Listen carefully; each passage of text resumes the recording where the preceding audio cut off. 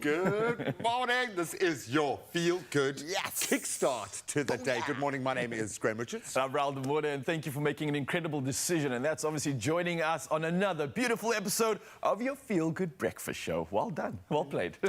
It is a Tuesday, and we take a firm focus on health, which I absolutely love, from every angle that we can, from focusing on our skin, from protecting it from the sun, which we have seen with that trucker's photo, how devastating the sun can be. It's gone viral. Go and have a look for it. We all need to be conscious about our skin, and I think most importantly, the signs of skin cancer. Yeah, man. Such a danger. And this African sun does not play games, especially this time of the year. So definitely some good advice coming through. And then speaking of good advice, we've got relationship talks that are coming back. Yes, please. Just the year to settle all those relationships that aren't going well. But we're going to delve into the dynamics of couples who have navigated the holiday season and now need to refocus as life goes back to normal and the anxiety of everyday life becomes an unfortunate reality. I could just hear a collective everyone coming back down to it. It's okay. Reality is a good thing. It's a good place to be. And then, of course, to take us back right up there into the skies, entertaining us on our beautiful little stage this morning is the one and only Art Matthews, who's had about 50 hugs already this morning. He's not going to... we're going to keep hugging him for the next 3 hours because he's amazing. Obviously, the talent comes without question, but it's the heart that we love the most. We cannot wait to plug back into that. I don't wait for that one. Getting so excited. But that's not all. It's not just the two-man show this morning. In fact, Zoe is joining us with a conundrum of her own. What to wear for this morning's show. Come through, Mzansi. Oh, thank you, boys. You know what? That's my conundrum every single day. A cupboard full of clothes and I never know what to wear. But this is where you get to come and help me out because today is Tuesday and with Woolies on our side, you can never go wrong. So help me choose between two incredible looks that is perfect for back to work. So first up, we have this incredible flare high-rise denims. It's got a bit of a flare at the bottom. It's great for curves and we'll be pairing it with this lightweight knit that's got a bit of a boat neck and I mean a pop of color. So this is option 1. Moving over to option 2, we've got this incredible midi skirt. So it's got a great length to it and we'll be pairing it with a ribbed polo neck that is also super lightweight. So these are the two options. Are we going to go for option 1 or option 2? And ladies, you're in for a treat. If you are looking to stock up on some incredible lightweight knits for the office or beyond, you can head over to Woolworths because W Rewards members, they get these knits for 299 Rand each. So the options are endless when it comes to having staples in your wardrobe. So which one will it be for today's show? Option 1 or option 2, head on over to our social media posts and vote for your favorite. That's what's up here with me in my little bit of a conundrum. But good morning, Raul. What is happening on social media? Well, firstly, I think Mzansi is going to have a tough time deciding what they can help you with, but this is a season that I'm not enjoying right now, G, especially me being an outdoorsman. I'm feeling like they're coming for me. I'm being attacked, bro. Do you reckon it boils down to you have the blood that they like? Because I kind of feel like I'm like a rare vintage that they love, bro. Oh, is it? Yeah. Yeah, no, they come from other countries to come and visit the culinary buffet. Well, listen, if you wonder what we're talking about this morning's Good Morning Post, and that's chatting to you about what do you do to get rid of mosquitoes at night. That's what G and I are talking about because clearly they're coming at us and we need some tips on and maybe some advice on how do we get rid of them. Seriously, I can't deal anymore. Just even a noise-cancelling element would be great. But like my son and I slept outside. We made a makeshift tent in the trampoline and zipped the whole thing up, put a pool cover on top, and the mosquito still got inside. We probably opened the zip up and said, I got you. He was in there from the beginning. He was in the sleeping bag. But we clearly don't have a clue, so we need some help from you. Please drop us a note on any of our social media platforms and use that hashtag Expresso Show for anything today. But let's give you a few conversation starters for work and get into those news and, of course, sporting headlines. Thank you, gentlemen. Let's start off with those national headlines.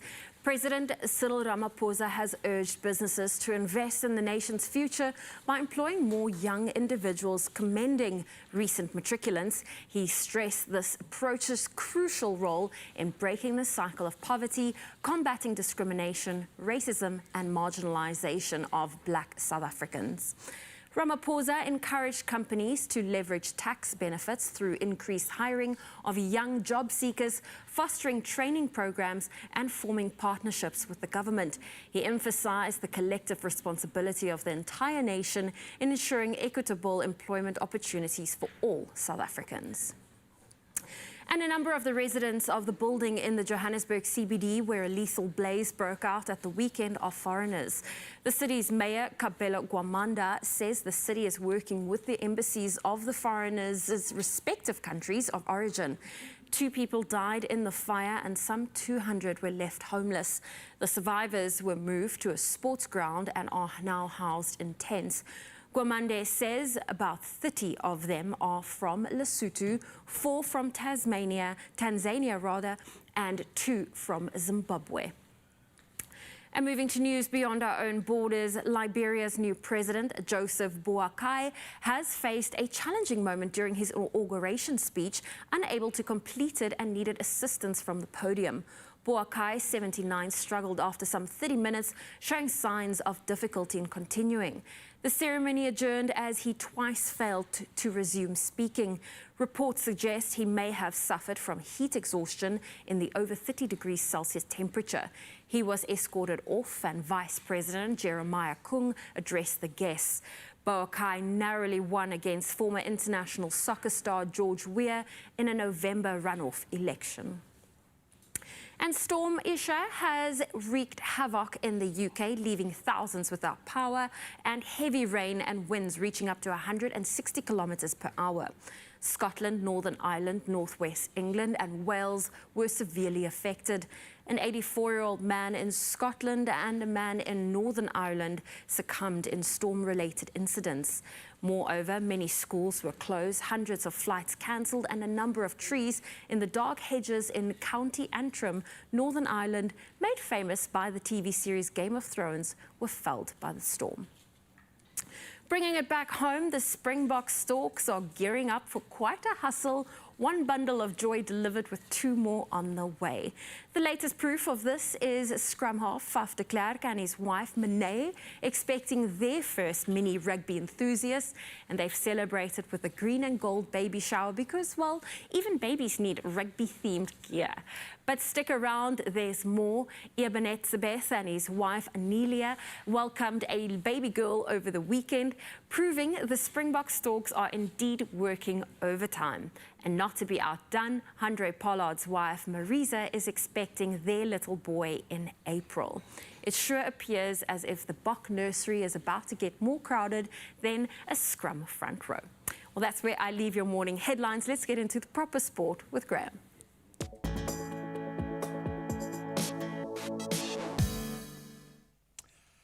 Oh, so I'm just going to put it out there, maybe the sport of the day, figuring out when those young'uns will be eligible for a World Cup. Okay, let's just work backwards from that date.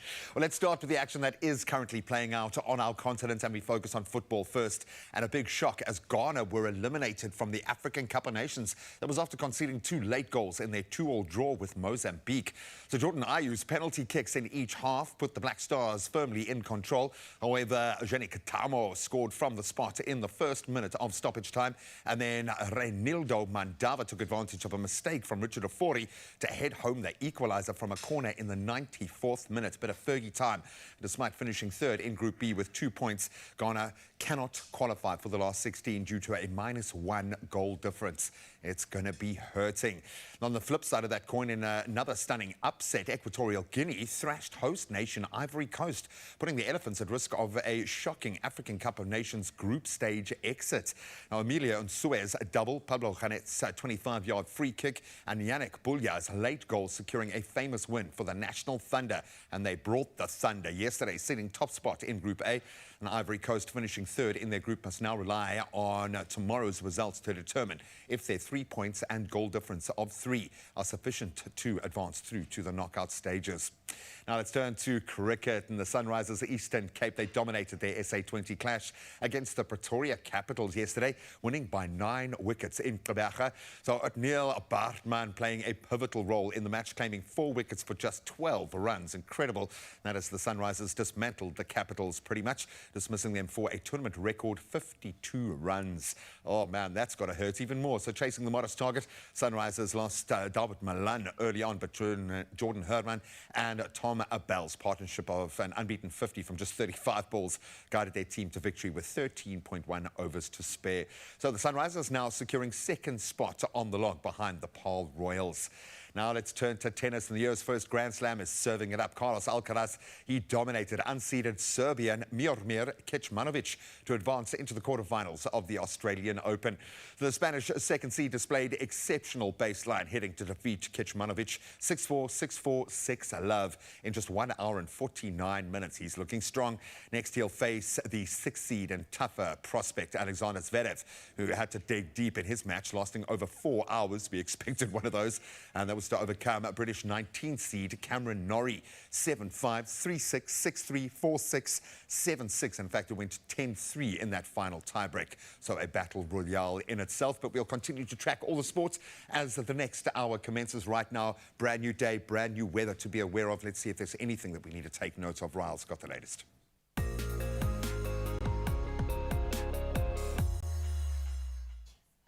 Thank you so much, Jim. And yes, let's dive into weather news right now. And in the weather forecast for the upcoming days, ESA Weather Services anticipates scorching temperatures exceeding 40 degrees Celsius over the Kamiesberg in the Northern Cape and the West Coast District of the Western Cape.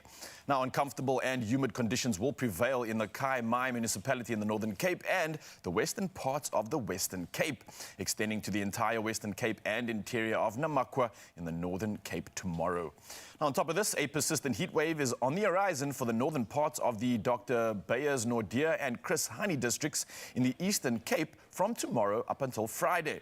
And moreover, extreme high fire conditions are expected over the northwestern parts of the Northern Cape and the Bergrivier municipality of the Western Cape. Now, finally, a yellow level 1 warning for damaging waves has been issued for the area between Cape Columbine and Cape Agulhas in the morning. Well, from our weather news, let's dive into one of our favorite parts of this morning, and that's the sunrise view of the hour.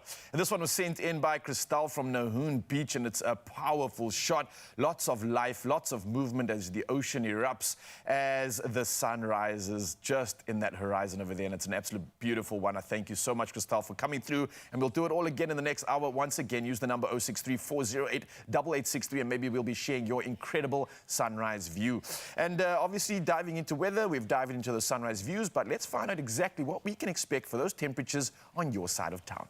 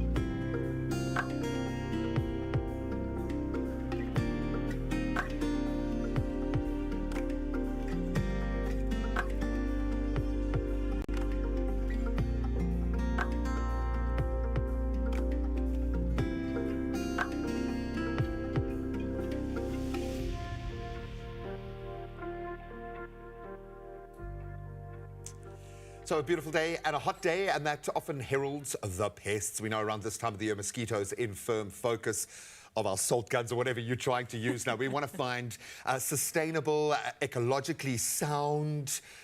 We want to find just some way of pushing back against the pests. And we're going to get some amazing hacks in just a moment. Might save you. Looking forward to that. And then I need your help. So maybe you could be that hack for me. Help me choose the perfect outfit for today. We've got two incredible back-to-work looks. You can choose between option 1, the red, or option 2, the grey. Go and vote on social media. We will reveal the winning outfit after this.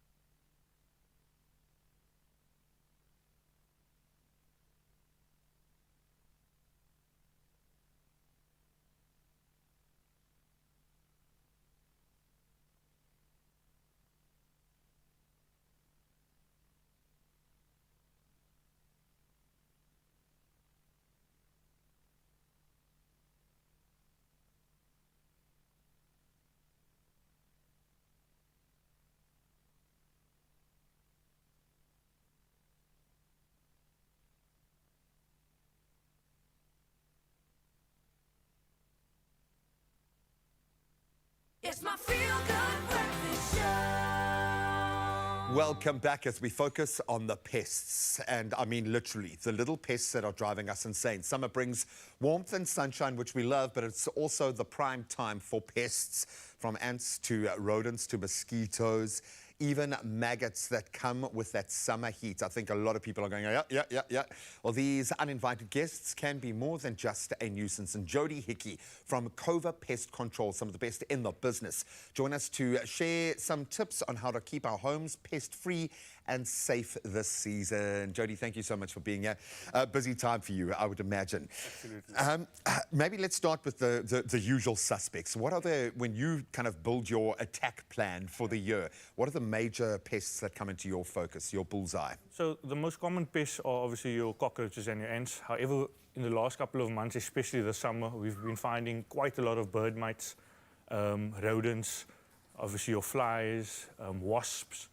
So that's been quite general, but bird mites has been quite a big thing lately compared to previous years. Obviously the birds are nesting, and out of your roof comes this bird's mite, so that's been quite hectic, yes. And these can affect us, can affect young children on a number of different levels. I think a lot of us are looking for more sustainable ways of dealing with this, but the bottom line is, and you said this beautifully off camera, they're not moving into our territory, we're moving into their territory. So this is going to happen. There is an overlap. So let's start with the usual suspects again. Let's maybe focus on ants and cockroaches who don't really need a season, they are there. What is a good eco-friendly way of pushing back? So eco-friendly refers to obviously being safe for the environment, but also non-toxic. Yeah, so, for pets, for your kids, yeah. Correct. So your natural sort of methods of controlling the cockroaches and ants are obviously your peppermint oil, your pure peppermint oil you can mix with water. Those are quite good for deterring ants. You're going to have to spray it around your house quite often, I'd say 3 to 4 times a week. As well as eucalyptus oil. Mix that with some water, spray that around your house. That works quite well in repelling cockroaches. Alternatively, once every 3 months to 6 months, you could just contact a pest control company that uses obviously eco-friendly methods. Yeah, and I know we've come a long way in the game. It's no longer just 1 or 2 options here. I know that you guys can become quite nuanced.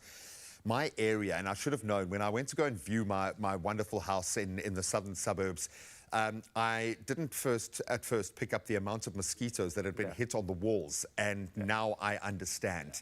It feels like we're going through a wave of mosquitoes, and I don't know if that's because we're going through a heat wave or something like that.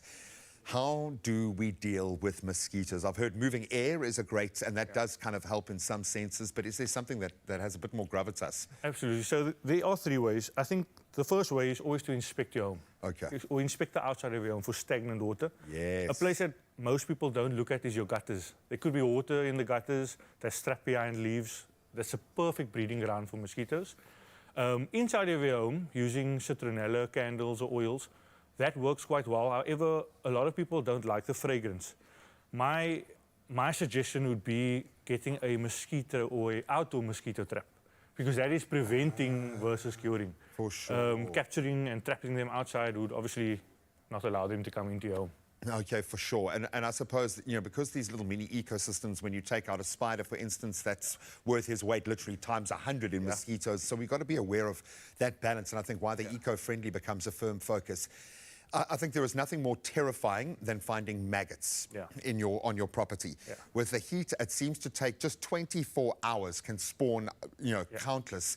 How do we manage that? What do we do with the waste that's going into our bins? If those bins are sitting in the sun, it just seems to, exponentially increase the risk. So with the flies, obviously, that brings the maggots, right? So you have to make sure that you are closing your garbage or your rubbish correctly. Securing them, throwing them, tying them with a knot, making sure you're putting them in your bins correctly. Some people put it on the side of the bin. The odor attracts the flies, and that's how the maggots basically come into being. Because and it's the meat that they want. It's that rotting meat that'll attract them literally from miles.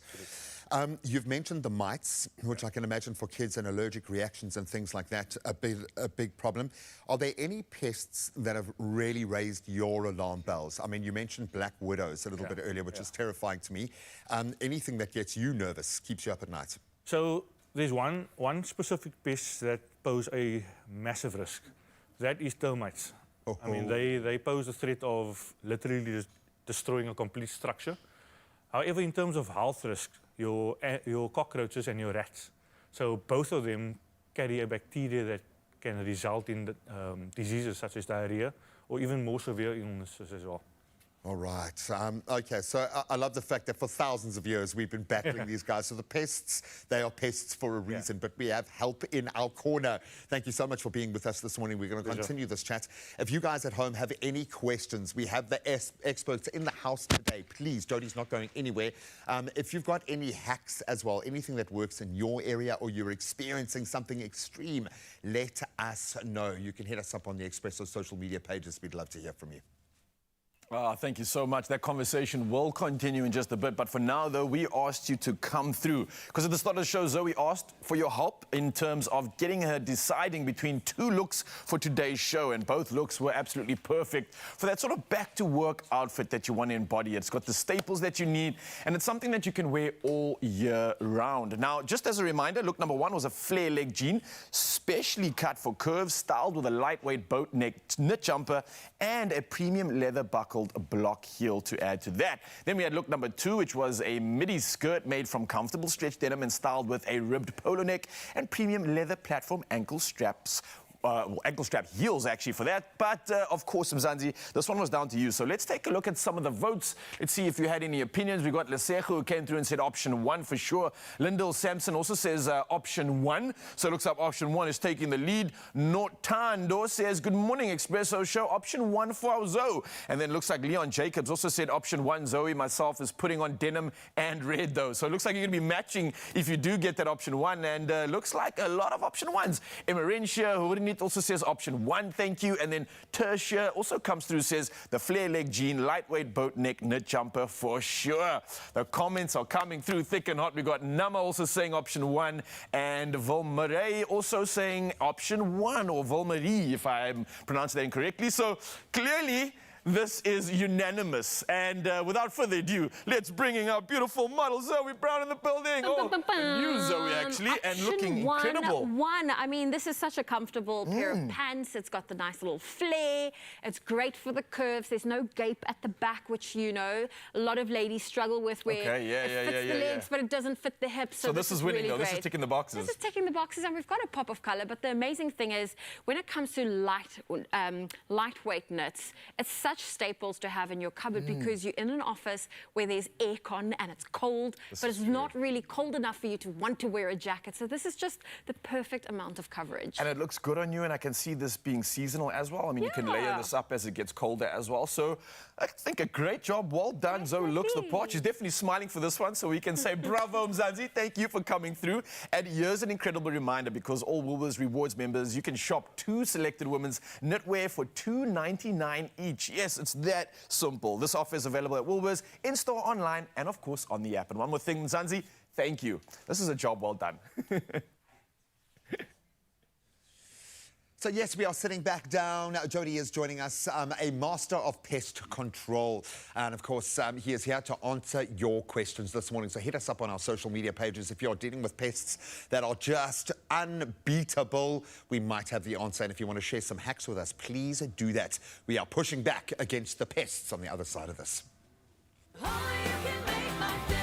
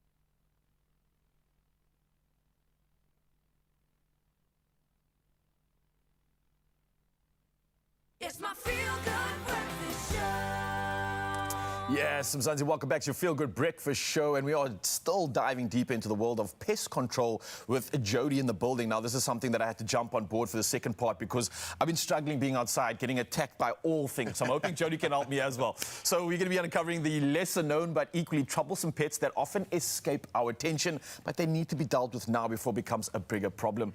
Thanks for that convo earlier. Really, some great tips already that I'm going to start incorporating into the household. I hope they work. Yeah. I hope they work. We're going to find out. Well, I think that's the thing, is you just got to keep trying different things until you find that solution.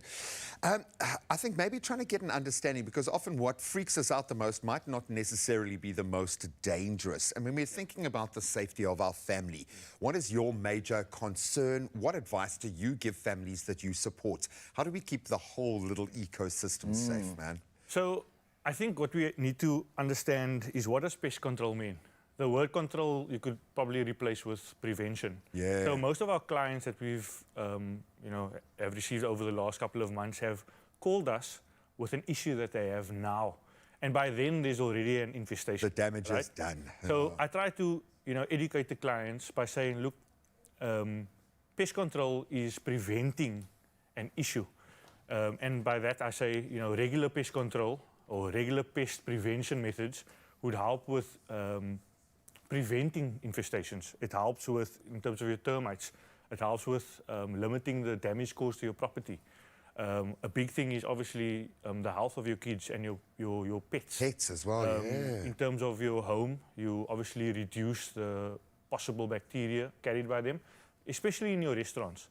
The restaurants that deal with the food, regular on a monthly basis, they need to make sure they use pest. And often those restaurants will be in high density areas as well, where there's a lot of them crammed together, yeah. And then, in the long run, pest control solutions will help, in the long run, it will help save money, but reduce the possibility of a future infestation. For sure. So are you actually saying then that before I actually see a problem, and especially after listening to this conversation, I should actually maybe get some pest control implementation started now before it actually becomes bigger later? Is that what you're suggesting? Invest in that future of not having these things come around or get bigger?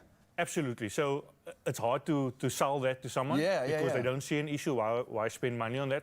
However, spending a 10 rand now, for example, versus a, fixing up your home. I was going to say 1,000 rand on a new ceiling board, is necessary. Okay. Correct? I suppose this then speaks to understanding. I use the term ecosystem in this case, which is our house, but I suppose it's understanding the danger areas. And you've mentioned mosquitoes, even a drain pipe or something like that, with a little bit of fetid water, a little bit of water standing can be a problem. What do we need to look for in our house that could potentially be a problem? What invites the pests in? So I think the common saying in the pest control industry is the first line of defense is cleanliness. Yes. Right? I always recommend, often on a daily, sweeping your home, mopping. If you have carpets, vacuuming. Yeah. Like I said earlier, your rubbish, always closing the packets, throwing them away in your bin. But also regular inspection of your home. Walking around your home, checking. If you're seeing a couple of ants that you think you can just spray it, that is the first signs of, they're looking for a new home. There are never just a couple of ants. Exactly. I think the rule with ants is there are never a couple. For sure. Dealing with that right now. And the same with cockroaches. If you see one or two, just know that they are looking to breed. They're looking for a new home. And that is why... Not on my watch, buddy. Challenge accepted. Listen, I know you had a great chat earlier. You were giving some great tips and some sort of products that can work. Are there, in general, any sort of other non-toxic, sort of eco-friendly options that we do have just before we round this conversation out? Because I think a lot of us are going to probably head to the shops now. Going to probably head to getting this arsenal of like pest control sort of jacked up in our households. Is there anything you can add to that list just so that we can be more practical about this? Anything on the top of your mind? Yeah, so you have to be safe. Obviously, your kids as well, your pets are obviously first and foremost the most important, right?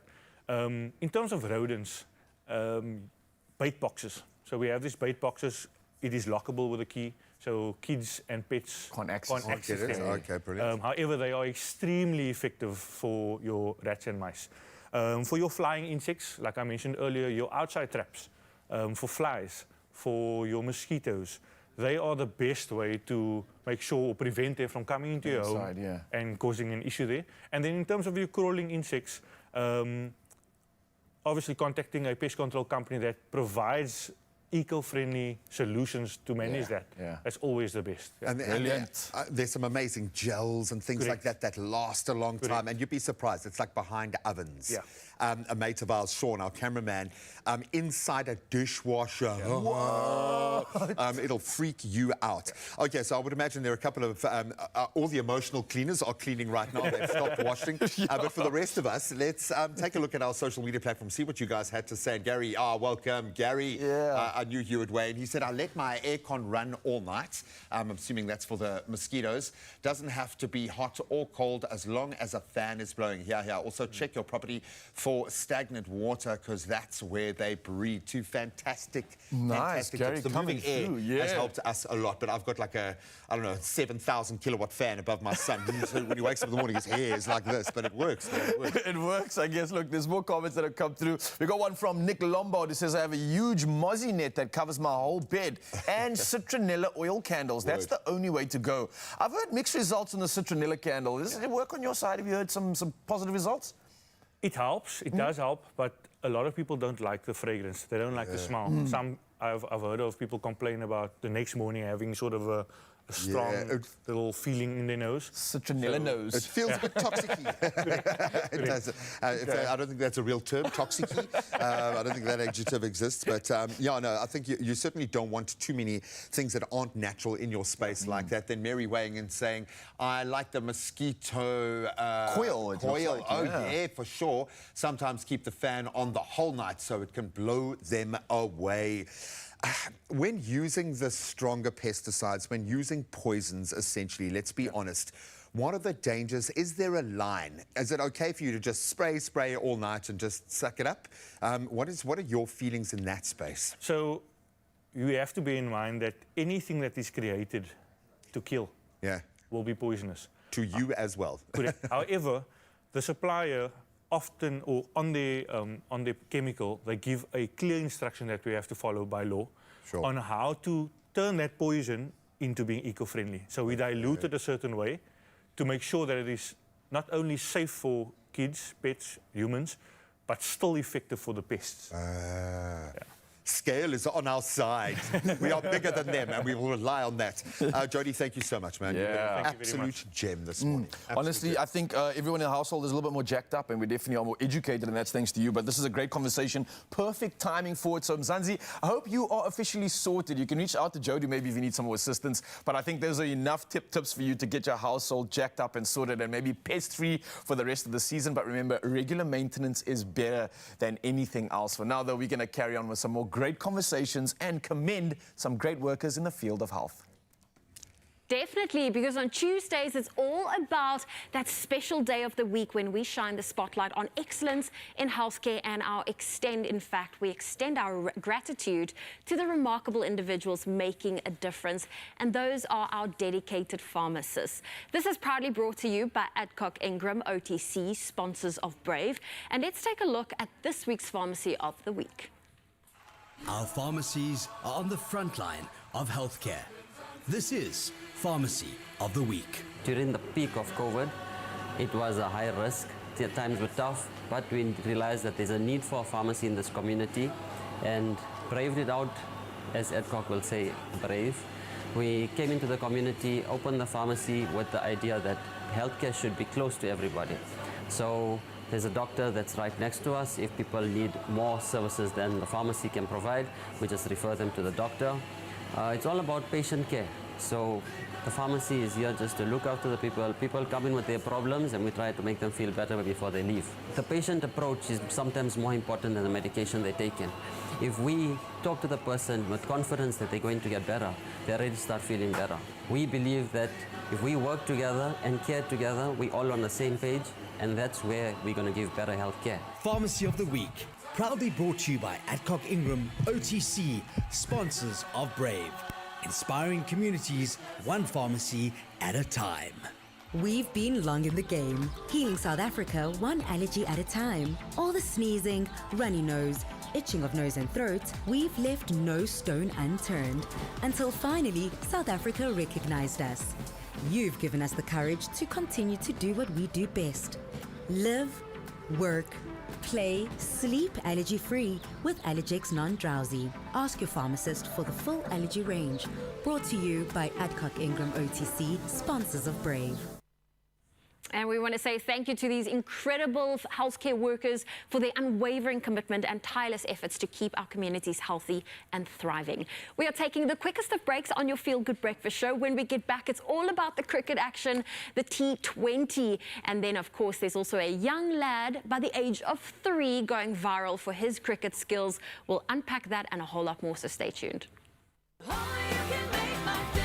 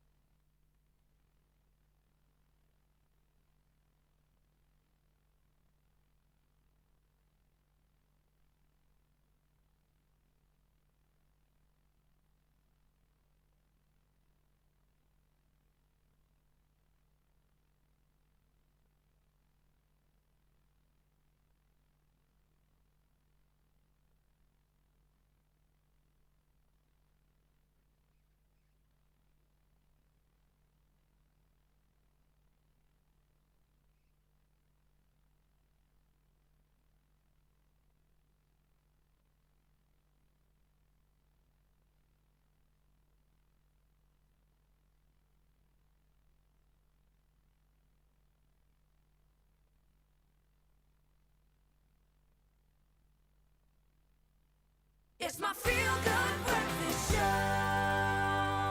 Welcome back as we delve into a little cricket, and what an explosion of cricket the SA20 has presented. The second season has not disappointed, currently well underway, and we've reached pretty much the halfway mark with the Paarl Royals looking good, occupying the top spot with 18 points. The defending champs, the Sunrisers, Eastern Cape, not had an easy run this season, but anything goes in South Africa's premier T20 tournaments. It's an unforgiving space, and here to chat to us is strength and conditioning coach of Western Province's women's cricket team, Simamkele Vena. Simamkele, thank you so much for joining us, my friend. It's a pleasure, my man. Thank you for the work you do every day, because I know what it means to the athletes that you support. And I know you're a biokineticist who is obviously very emotionally invested in the game of cricket, so we love you for that, my brother. Thank you. We love these T20 tournaments because it just broadens the circle. Yes, yeah. It seems to allow so many new access points for young players, for up-and-coming players, and also those players that kind of have reached a point in their career where they still have so much to offer, but maybe not the lane to do it in. How has the second season of the SA20 impressed you? What are your thoughts of the season so far? With the SA20, I think it's been off to a great start because I think this tournament is great because it exposes our SA talent into the world. Completely. With the exposure for our players for potential IPL and the T20 competitions that happen worldwide. And also having these international stars partaking in our league, playing in our country, brings more viewership for broadcasters, and also having the stadiums being flooded by fans is great. It's a win, yeah, completely. And we know, like, when we look all around the world, you mentioned IPL, the Big Bash, all these SA 20-style tournaments, they are there for a reason. And I think the IPL taught us a massive lesson about the development of young players. Yeah. You mentioned those overseas, those big names like a Karen Pollard coming to South Africa. It brings the fans, but it means a young player gets to sit in a dressing room with Karen and ask him questions. Yes, he gets to share a crease with him and learn firsthand. You get to see the goings-on behind the scenes. How much does it mean for a young player to plug into that kind of experience, that tested knowledge and ability? What difference does that make? I think it makes a lot of difference because of the inspiration that they get. Yeah. They used to grow up watching these players, and now they definitely... They might still be on their wall in a poster. They share the same changing room as them, which is really great, and they get to learn a lot from them because these players, they usually like to give back to their youngsters because they know that development is really great for them, because they also want to see themselves as international stars. Yeah, for sure, man. And you know, we talk about legacy like it's this emotional thing. There are structures and a practical approach to creating legacy, and it relies on these connections, this chain being created. I absolutely love that. T20 must be a difficult space to aid and mentor and coach a player through because it's so unforgiving. Yeah. Anything can happen, and we've seen it this year with kind of a shift in fortunes. I love the fact that the Paarl Royals are dominating, especially at home. Yeah, definitely. How are you feeling about the franchises? Who's got you excited this season? Well, the whole tournament has got me excited this season, but I think one of the few matches that were outstanding for me was the game that happened yesterday with the Sunrisers against the Capitals. Sunrisers winning the game in less than 7. That's the lowest score ever. Exactly. Yeah. And also the partnership that Rickleton and Rusty had of 200, with Rusty scoring at the strike rate of 200. That was just out of this world, you know. So those moments are what brings out the greatness in this tournament. Oh, completely, because that translates to big tournaments in the 50 over. That translates to opportunities for these players to make their mark on different kind of platforms like that. How do you prepare a player for this space? Because it's got to be a different approach. It's a different style of play. It's a different mentality. Definitely, completely. How do you prepare a team for T20 cricket as opposed to a 50 or a longer format? So with the T20 cricket, on the fitness aspect, it's a short format. They need a lot of quickness. They need a lot of agility. They need the mental sharpness. Oh, they've got to be switched on, To be, because each and every ball is an event with the T20 tournament. So mentally, they have to be really strong, and physically, they have to be really fit as well. So, I often liken it to, you've got to kind of see whenever cricket is played, it's the same energy in and energy out. It's just a different dynamic. Yes, so whether that energy has to play out in 10 seconds or over 4 hours, you've still got to manage that space brilliantly. So squad management becomes incredibly important. Managing those injuries, managing those X-factor players becomes so important. Who's got this one in the bag? Because I know it's still early days and things can turn on a dime in this format. How do you see this one playing out? I think the underdogs are the surprise pack for this season, with the Paarl Royals being very consistent, losing only one game, and having 3 points leading the table, with their net run rate being very, very good. As you mentioned, the Sunrisers haven't had a good season this year. It's been ups and downs, but I think MI Cape Town love them, but Paarl Royal seems to be taking it this year. So. Yeah, and if they can engineer, if they can keep on this kind of run of form and they can play as much as possible at home, certainly in those knockout stages, you know Paarl is going to put her hand up and they will come and support. Oh, buddy, once again, I'm going to say thank you for all the work that you are pumping into the South African game of cricket. You make me feel more confident and comfortable just sitting here. And I think the biggest gain for me in all sports, but in particular in cricket, and it started here in South Africa, has been in the women's game. I love the fact that they are commanding the viewership now that they deserve. But the South African talent is next level, and the whole world is watching our young players. So let's keep them in South Africa in tournaments like the SA20. Come on, gang. Thank you so much for joining us this morning, buddy, and enjoy the plethora of cricketing action that the SA20 is serving up. There is an amazing roster of games. We're only halfway through, and at the moment, the Paarl Royals are heading towards a battle royale. They are the front runners, but in this game, anything can happen, so watch this space. Oh, well, listen, when you watch cricket in the summer, you probably think of a refreshing dessert. And summer has flavors like no other, always fresh and simmered in sunshine. Now is the time to enjoy summer seasonal fruits. And here to dish up a delicious mango froyo is Woolworths' Taste Food Director, Abigail Donnelly. I'm so happy you are back in studio with us, Abigail. It's great to be back. Oh, it's First time this year. It's always so exciting, especially when we get to use in-season fruit. We know it's going to be sweet, it's going to be juicy, and it's going to pack that flavor that we want when we create the dish. So what are we making today? So today I've decided on my favorite summer fruit. Has to be mango. Oh, I yes. think it is yours as well. Never mind watermelon and all the other things. I mean, it's really an overload of beautiful summer fruit. So yeah, it's our mango froyo. Ooh. Yeah, with a secret ingredient. With the secret ingredient. So we're going to swap Okay, stations because I believe you're going to take us through the froyo recipe. And while we want to get lunchbox inspiration ideas for our viewers. So I've got some beautiful fresh watermelon, mango, and then we're just going to put it in some cute little ways to serve and enjoy in the lunchbox. Stunning. Yes, okay. So what are we starting off Okay. with to get our froyo going? So really, it's a few good quality ingredients. It's full cream yogurt. Yes. Which kind of is very healthy, but it's like so full of cream and luxurious and the flavor and It's the taste and all the texture. good things. So I've got that. And then I've got some lime zest, just to add a little bit of punch for that mango. There we go. And I'm just going to stick it. You can do it in a blender. I've got a Nutri bullet here, but yeah, a blender, whatever you got at home. And there's perfectly ready, prepared slices of mango. It is so worth it because I've tried. I don't know how I'm slicing mango when I buy them whole. I think the secret is to really eat it out of the skin. Exactly, that's how I do it. Yeah. You can't get it perfectly sliced. Completely, exactly. So those are frozen. Okay. And that helps with obviously the instant freeze of the froyo, which let me tell you, I only really just the other day found out what froyo was. Oh, it's frozen yogurt, obviously. Yeah. But you're so used to the shortened version of it, you sometimes forget what it actually stands for because it becomes a thing on its own. Exactly.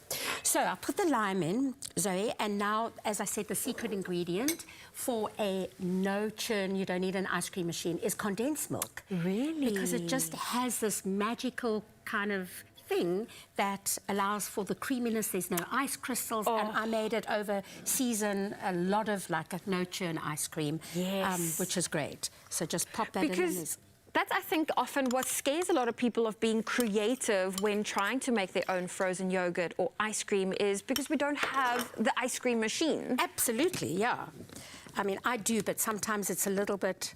It's just easier to do it this way. Can I help you there? You can see I don't really have a Nutri bullet at home. It's okay. As well. They are life-changing. They are more for just making smoothies, I promise. There we go. Yeah, Look at that.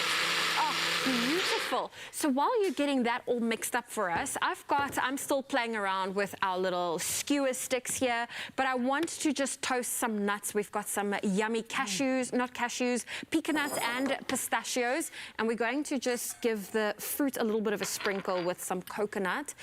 And you don't have to toast it, but we like to just add a little bit of a toast to it. And coconut and fruit, it's just like tropical. You can take yourself away to and you the get thoughts those of an flavors, island. and we have it on a very, very low heat. You don't want to burn it, so we'll just keep an eye on that. Exactly.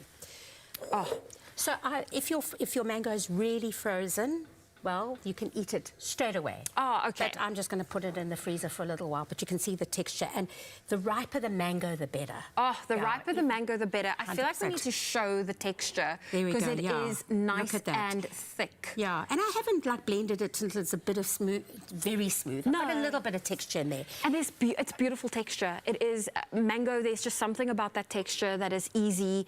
I know some people are texture sensitive, but it's just, I love it when it comes part of a frozen yogurt. It's great. And then I'm going to just add some nice pistachios. You don't have to toast them. You could add flaked almonds if you want, just to kind of fancy it up. You could add a little bit of mint and even some of your coconut. We can like still a little bit and put that on top. I actually think my coconut is pretty much getting toasted here, so they are really good to go. Yeah. And I love that we've got our cute little lunchbox over there. We've got our little skewers. Can I show you? Please, please, please. I'm actually going to turn this off because There I we feel go. like our coconut is pretty much toasted. And then, Zoe, another really great dessert, and I'm sure a lot of the listeners know it, but a tub of this beautiful sliced mango. You put it in a nice dish. You smother it with that beautiful yogurt as well. And then demerara or treacle sugar on top. Pop it in the fridge overnight covered. And then the next day when you're ready to serve your guests or even for breakfast, actually, I've had it, definitely. leftovers, you've got a beautiful, the sugar's melted into the yogurt and it's kind of a cheats creme brulee. Oh, yeah. that So that's sounds also good. incredible. So we have what can I now help you given with? you a variety of incredible recipes to make with fresh mango as well as watermelon. We made the delicious mango froyo that Abigail just showed you. We've got some fruity skewers. And now I've got some yogurt fresh mint. We're going to add a little dash of honey and a bit of vanilla essence just to spice up, you know, give your yogurt a little bit of flavor. Exactly. That's always so yummy because, yes, I love plain yogurt, but I actually prefer my plain yogurt with a little bit of honey. I've never tried adding a bit of vanilla essence and some fresh mint to it. Delicious. That's one lucky person who's going to get this lunchbox. Oh, you know, I wish my mom packed lunches like this when I grew up. Me too, yeah. Oh, but you completely understand why they... But a good Marmite sandwich was also... Yeah, you can always never good. go wrong with And a slices delicious of, sandwich. wedges of oranges. Wedges That's of always oranges is a always school memory for my lunch Yeah. boxes. That so looks there delicious. we go. We've got that. We've got our coconut that has puffed. I might ask you, if you don't mind, to dip our skewers into our dashed coconut to finish it off. And if you want this recipe, you can find it right here, right now. The recipe is available for you at woolworths.co.za. Plus, W Rewards members get any 2 watermelons and mangoes and save 15 Rand. Now, you can shop this offer now at Woolworths. It's available in-store, online, and on the Woolies app. And now you really have no excuse to get these great creative lunchbox ideas or even your own mango froyo. If you want to get your hands on that recipe, it's available at woolworths.co.za. Oh, I can't resist just staring at that because, wow, I wish I had a lunch that good. But I'm also sorted right now, and you are too, Mzansi. Don't go anywhere. We've got a lot to still look forward to. We're talking about a 3-year-old kid that's gone viral for playing cricket, and it is just taking the world by storm. And then, on top of this, we also got a lot more to look forward to in your Feel Good Breakfast show. We were chatting to Simma about all things cricket, but now we're going to get a workout inspired by cricket, and Simma's going to take us through that in just a bit. So I'm going to get my workout gear on and get fresh and dosed up for this perfect Health Tuesday. For now, though, Mzansi, I don't want you to go anywhere. Just sit back, stick around, and enjoy this little break before we come back at you with some more magic. Cheers.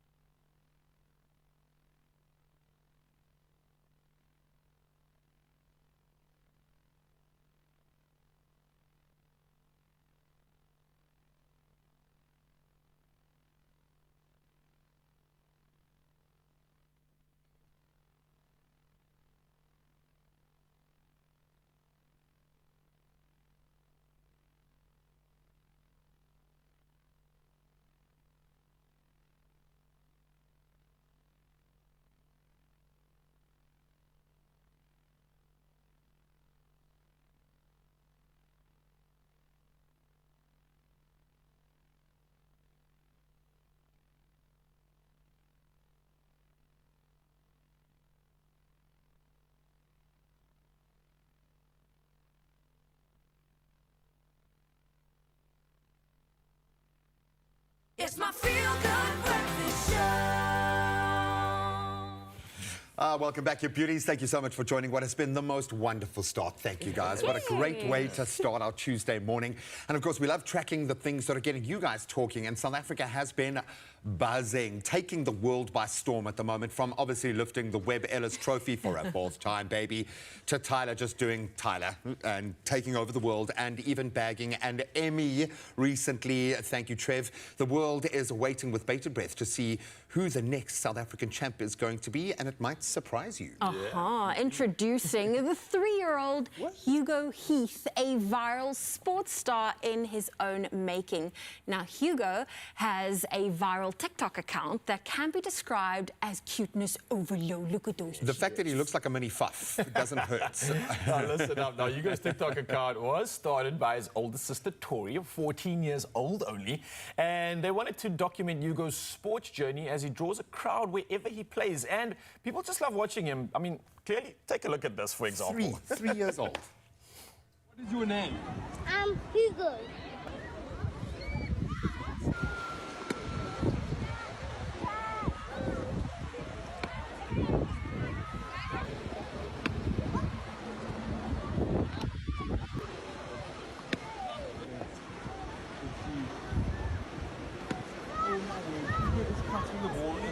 Like a mix between Sachin Tendulkar and Brian Lara. You see that? You know, Sachin actually invented that shot, that kind of late over when they couldn't play a bouncer. No one could play a bouncer And he just had that little... And he just had that touch. Hugo, you are the man. Lovely That's really stuff. Cool. Well, his sister started the TikTok account, and her aim was to get 1 million views, and she has exceeded that. Yes, just a cute not to watch. I mean, that is such a special bond between sister and brother. Oh, man, it is so. We are here for that kind of family love. We absolutely love it. His love of the sport started before he could walk, in fact. So parents, don't get ahead of yourselves here. But he is always up for a game and a challenge. Take a look at this. Are you going to hit the ball in the pool? Okay. Oh, yeah. Getting there. No pressure. Oh! 6 in the pool. Ah. Nearly. Close. Oh. Excellent. Oh. Right now, you know that dad's nervous laugh was that dad realizing that his 3-year-old is better at cricket than him. Than he is. And I have those moments with my son with certain sports. I'm like, wow, okay, so you can play footy better than I can do that. But you know, we weren't joking. When we said that he could do this before he could even walk, he was up for the challenge. Take a look at this. Very good. It's going to be a harder one. Oh my God. How little he is. And he looked like he could just about walk there. Yeah, no, that's something. He's got that little waddle, which I absolutely love. But they might have picked the wrong sport. I think there might be a bit more money in golf than cricket. Golf, I don't cricket, know. tennis, Or do both. padel, maybe? Yes. Why limit him? Honestly, man, this is incredible. Now, listen, his role model is actually his older brother, Noah, 16 years old, who is also a cricket player, plays for the Western Province under-16 team. So clearly, this is where you can see the influence coming through. He's very young. This man is at just 1.5 years old. But, I mean, it's absolutely incredible just to see what's going on at this age. And I hope that his parents allow him to explore all his talents and not just hone in on cricket specifically, right? I want to see a 1.5-year-old do something spectacular. Let's check it out. It's the straight bat. You know, there are players that will train their whole life to get that right. The follow-throughs. It's the follow-throughs. You don't understand. To get it, I've been trying to teach my son with the straight bat. I still don't have it down, really. That is phenomenal. Hugo, you are our spirit animal today. Go and show him some love. We'll keep those social media details up on our platform. But I love this, and I think there's something really sweet in an older brother and a younger brother and a sister working together to do something so special. It's not just Hugo. It's the sister getting out there with her social media chops. It's the younger brother just being a cool older brother, or an older brother being a cool older brother, just playing for a province, as one does. Absolutely awesome. We are here for that kind of family love. Oh, buddy, we need some actual proper news to keep our credibility. Enjoy the good stuff. I think we might have one more Hugo video. So should we just see if we can get a little bit more of cuteness injected on your Feel Good Breakfast show? Please. 3. Oh, man. Oh, do you know what it is? It's the diaper bow leg for me. When a baby is that small and they can't walk properly yet he can. It's going to be good practice for when he has the pads on. At what age do you go pro? Clearly he has already. Yeah, I think at 3, maybe. I think Hugo has just redefined the game. I love that. Well, if you've got a young sports star in your family, a young social media content creator that is just slaying at the moment, maybe an older sibling that is doing amazing things, let's make him famous. Share with us, hashtag Expresso Show, at Expresso Show. Let us know who that shining star in your family is. We'd love to hear from you right now. Let's see if there are any shining stars in our sports and news headlines. Yeah, well, Hugo keeps making headlines, so we're going to go and give you the rest of the headlines. And starting off with the national headlines right now, the Table Mountain National Park management intends to file a police complaint to probe suspicions of intentional setting of some fires this year. Now, SA National Parks reported 27 fires in the period, and fire manager Justin Bachman affirmed that each fire would be investigated. Now, meanwhile, a significant blaze has erupted near Wolseley in Boland and fueled by invasive plants and strong winds. Now, Cape Winelands District Municipality spokesperson Joanne Otto says fire crews are actively containing the fire to protect nearby informal settlements from damage. Now, next up in the headlines, President Cyril Ramaphosa has urged businesses to invest in the nation's future by employing more young individuals. Now, commending recent matriculants, he stressed this approach's crucial role in breaking the cycle of poverty, combating discrimination, racism, and the marginalization of black South Africans. Now, Ramaphosa encouraged companies to leverage tax benefits through increased hiring of young job seekers, fostering training programs, and forming partnerships with the government. Now, he emphasized the collective responsibility of the entire nation in ensuring equitable employment opportunities for all South Africans. Well, now moving over to international headlines, and Nikki Haley, former U.S. ambassador to the UN, stands as the sole Republican candidate in the U.S. capable of challenging Donald Trump for the party's nomination in November's election.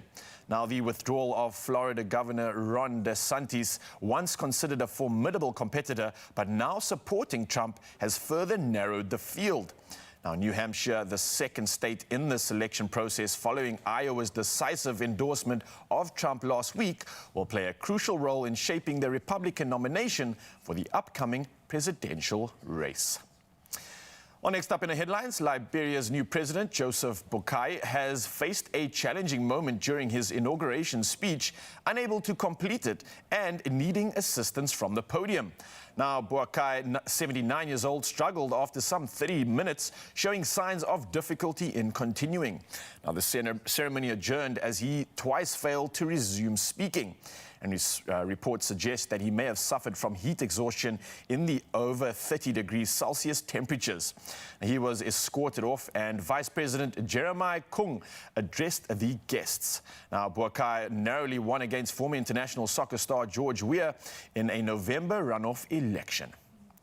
Now, carrying on with the headlines and something of a different note, Benito, a giraffe from Mexico's arid north, yesterday set off on a 2,000-kilometer journey to escape Ciudad Juarez's harsh climate. Now, concerns about his well-being in extreme conditions led to the move. He was cheered on by activists as he departed in a purpose-built 5-meter-tall container. Now, the unsuitability of Ciudad Juarez Park's Central Zoo for giraffes was highlighted after Benito's partner Modesto's loss in 2022. Now, Benito's departure involves a container, allowing him to peek out, ensuring protection from external stress. Now, his 50-hour trek to the Pueblo Safari Park includes constant monitoring with cameras, sensors, and provisions for comfort. And the Let's Save Benito collective celebrates this community effort and animal welfare triumph. Well, nothing but the best as Benito definitely gets into that new location for him. But we dive into more locations and more headlines when it comes to sport. And here's G-Man with the latest.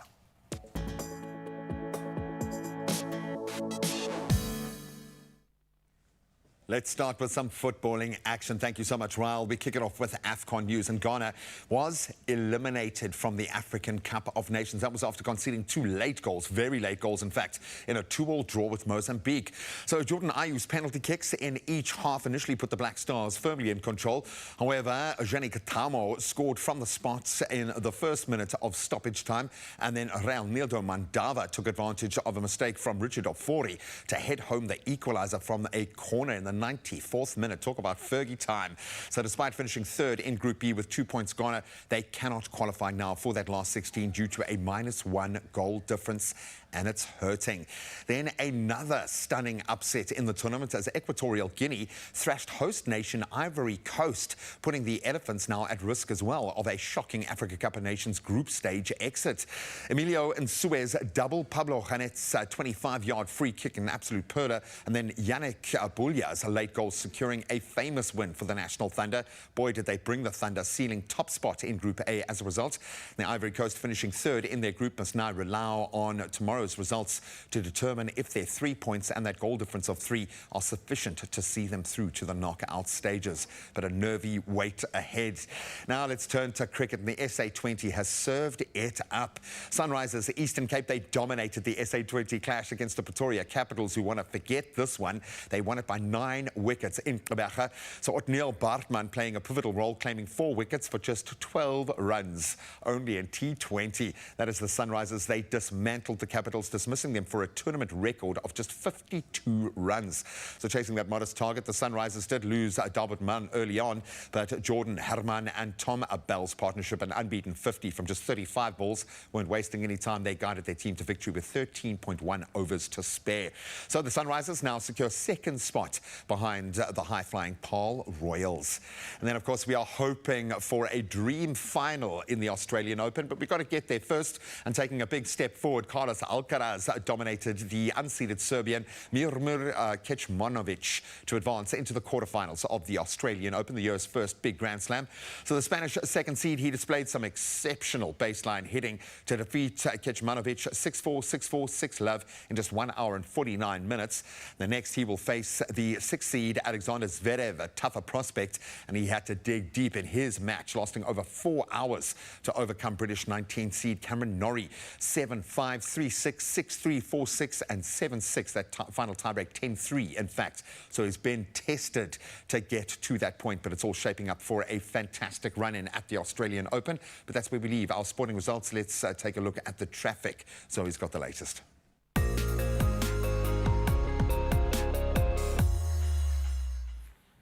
Well, let's take a look at your traffic in Alexandra, Johannesburg. There's a vehicle broken down in the travel lane on the N3 northbound at London Road.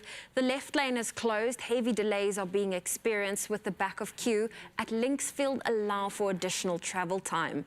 And if you're in Durban, there's protesting action taking place on the M1 Richmond Road. Avoid the affected areas and make use of an alternative route. Then in Cape Town, there's congestion on the N2 inbound at Jakes Gerwel Drive. Expect delays and add extra travel time. That's your traffic. Let's take another look at your weather.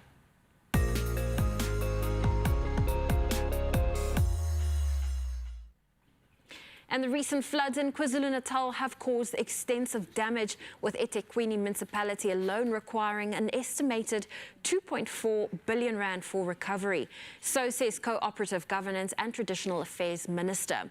The National Disaster Management Centre has classified several areas, including Utukela, Ilembe, Ugu and Umzinyathi municipalities as disaster areas. Various regions such as Kwadukuza and Ilembe have been classified due to severe impact, and more areas may be affected as they are still experiencing ongoing rain. That's your weather update. It is 7 a.m. Let's take a look at your sunrise view for this hour. Mark Bosman from George kicking it off for us. What a beautiful view. You can see some cloud cover in the sky, but let's see what your temperatures have in store. But if you would love to share your sunrise view with us, do so on our WhatsApp line. That number is 063 408 8863. Here are your temperatures.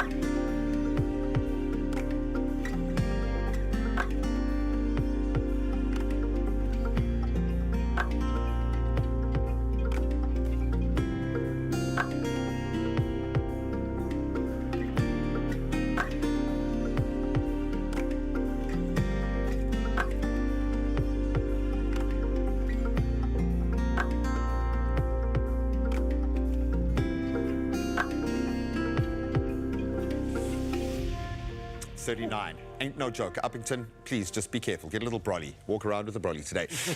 Okay, so weather aside, this is also massive. You do not want to miss out on today's Powerful jackpot. Get this, guaranteed at 110 million rand. 110, and then many more zeros. Oh my word, that's crazy, bro. Can you imagine how this amount of money could just change your life? And if you want to make those dreams reality, then you need to buy a ticket today. Yeah. Don't waste any time. You can buy your tickets in store. You can go to the nationallottery.co.za.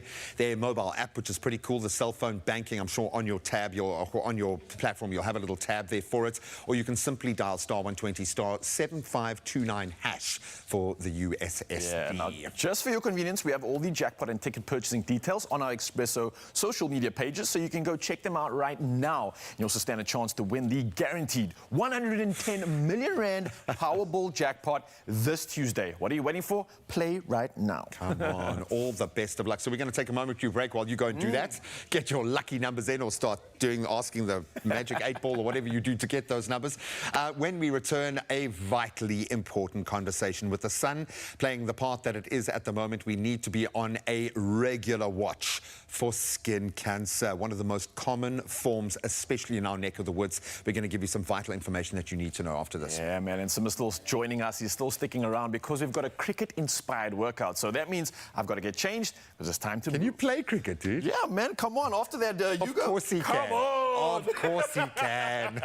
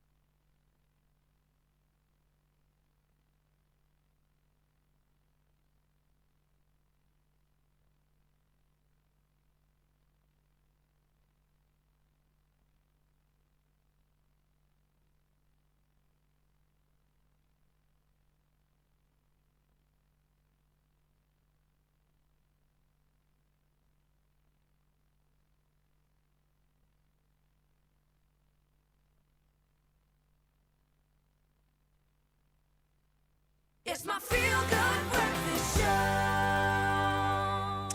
Welcome back. Thank you so much for joining. As I said before the break, a vitally important conversation here on your Feel Good Breakfast Show. And as we bask in our beautiful sunny days, I mean, it's 39 in Uppington. It gives you an indication. It is crucial to chat about skincare, sunburn, and of course, its sneaky sidekick, skin cancer. I think that's got your attention. Now, did you know that South Africa has some of the highest UV levels around? We feel it when we're outdoors, and this puts us at a very significant risk for skin cancer, one of the most common forms of cancer worldwide. It was recently announced that even Sarah Ferguson, the former wife of Prince Andrew, has had her brush with skin cancer, bringing it into firm focus. And we've got Professor Ranakwe Letlohenya now here to share some light on this hot topic. Excuse the pun. Prof, thank you so much for joining us this morning. We appreciate what you do every day, but today in particular for joining us and our viewers. Thank you so much. Definitely. Thank you. Thanks for the invite. Prof, I think a lot of us would like to know exactly how can you identify skin cancer? Is it perhaps, you know, a mole that has appeared out of nowhere? How do we know we need to go have ourselves checked?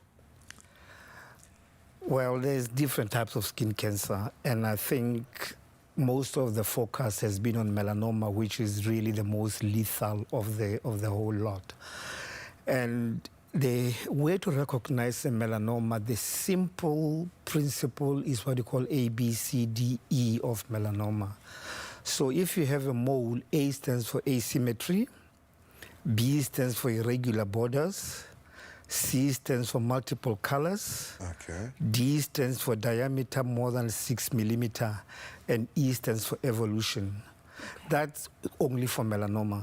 So it doesn't make you a dermatologist, but if you've got a mole that is those characteristics, then it's important to go and get it looked at.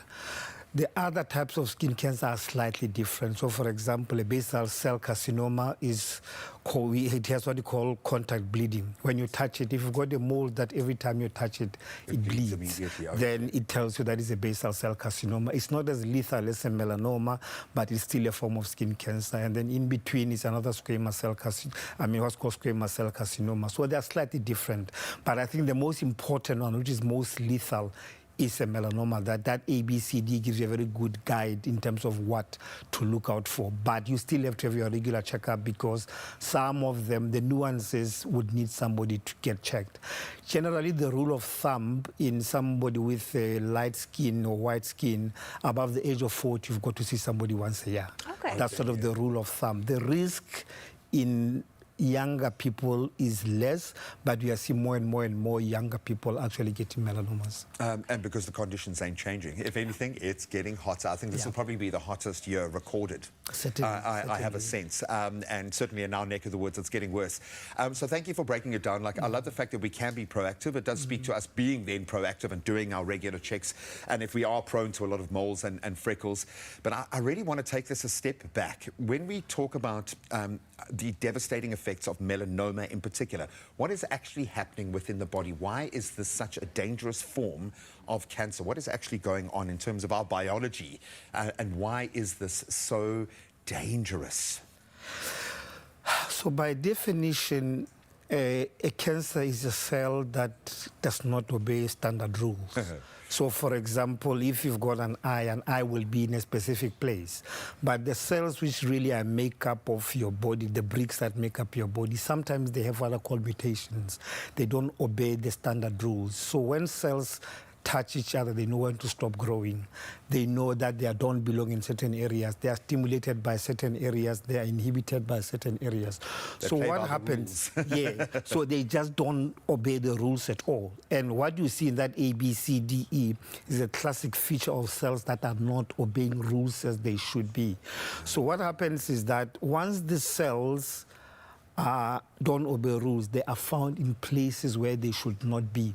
And then they start to impair function. So if one of the things that those cells will develop is ability to migrate and go to places where they shouldn't be, that's when you start to call metastasis. Your melanocytes, which are the cells that melanoma arises from, should be on your skin. You've got them a little bit in the brain, you've got them around the eyes. But then they will end up in the brain or in the heart or in the liver where they shouldn't be. Okay. Then they start to affect the function of your normal organs. Melanoma is, when they change, those cells are much more aggressive, for example, than the basal cell carcinoma, which doesn't really spread. Almost weaponized. Exactly, yeah. So they're weaponized. So they change and they become aggressive and they go to places where they shouldn't be. That's the major problem that they arise from them. Yeah. Well, Prof, we see, especially on social media, a lot of young individuals and even older folk want to get the tan. They spend so much time in the sun. Is it a case of simply wearing sunblock, you're protecting yourself, or how can we prevent these skin cancers from happening? Is it possible to prevent it? So the risk of skin cancer varies with your skin type. Sure. So people with very, very dark skin, they've got a minimal risk of getting skin cancer, even though it still happens. But people with albinism, for example, they're the most prone because they've got no melanin at all. And redheads, like Sarah Ferguson, as you mentioned, exactly the same kind of a problem. So she's much more prone to skin cancer than somebody who is a brunette, for example. For sure. So it's a matter of protection. But I think the most important thing is the times that you spend out in the sun. You need the sun for your mood. You need the sun for a whole lot of different things. But the best time to go out into the sun is before 11 in the morning and after 3 in the afternoon. Because when the sun hits you at right angles, it's much more intense. That's why people who bald, you can be bald for 10 years. Refraction, it's all exactly, straight. It's like a laser, straight in. Yeah. Exactly, straight in. So that's always the best time to be out in the sun. Sunscreen is useful, but it's expensive. Yeah. It's unaffordable to the bulk of the people who did there. And just protection, normal hats when you're out there, long arms. But at the same time, the idea of being completely out of the sun it's We need impractical. the vitamin You need D. the sun, you need it for your mood, you need it for a whole lot of other things. So it is important to be able to be out in the sun, and functionally we do that. But long sleeves, a hat, but at the other times it's much safer to be out there. Professor, thank you so much for joining us. Professor Lehloenya is not going anywhere. If you've got any questions regarding skin cancer, skin care, any major alarm bells going off in your world, we want to hear from you right now. You can hit us up on all of our social media platforms, #Expresso Show. Now, of course, cricket players don't really have a choice. They've got to be out there all day in the sun, which is why they wear the long baggy whites, okay? But, of course, they also have to condition their bodies to be able to play that game. And right now, Ryan is going to do exactly that. Yes, please, let's get moving. We've got the one and only still with us, and it's time for you to get ready to power up your fitness game with a cricket-inspired workout. Now, that means you can unleash strength, agility, and stamina as we combine dynamic exercises with the spirit of the cricket field. And here to take us through our paces is strength and conditioning coach for Western Province women's team and the biokineticist at the Balance Group. We're talking about Sima Avena in the building, pew, pew, pew, pew, pew, and getting me absolutely excited for this one. When a bio's in town, you know, oh, we're in the right hands, the perfect hands to get us moving. Bro, what you got for us? So today, as you had mentioned, we're doing some dynamic functional movements, getting into all three planes of movement: frontal, sagittal, and transverse. Nice. So we can start with some shoulder warm-up firstly. What I would like for us to do is you're going to have your hand closer towards you, go into a nice rotation and twist from one side to the other side, doing 5 repetitions of those. And then you can move over onto nice extensions of the back, chest openers as well. And I see you making this nice and dynamic, right? As opposed to holding that stretch And just statically. holding Is the there a reason stretch. for that?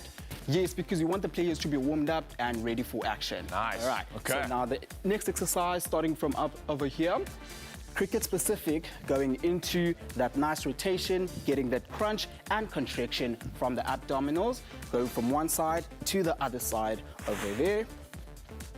All right. And then we can move over into some skaters.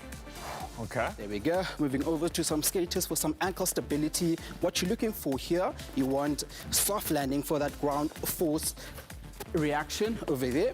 And then you can do 5 of those on each side, 10 in total. How long would you recommend for, let's say, each of these exercises? How long should the warm-up necessarily last? Warm usually lasts for 10 to 15 minutes. Okay, starting brilliant. with mobility and then moving over to some strength and stability. Nice, so type take our exercise. time with that and really make sure the blood's pumping and we get warm. Love it. Okay, warmed up, Then we can ready go to move. into that nice runner's lunge, into that plank position with one leg in front. You're going to go into that nice rotation, getting that thoracic to rotate and those hips to rotate together in unison. Go from one side to the other side. Bro, this is working the hips proper right There now, I we go. must say. There we go. Over there. All right. And then we're going to move over onto our last exercise of mobility section. Start going into a nice side lunge over there and a curtsy squat at the same time. There we go. Dynamic Side, exercises. and then a curtsy. And then a curtsy. Nice. There we go. I 3 love on that. each side. And then once you're done, you go over to the other side over there. There we go.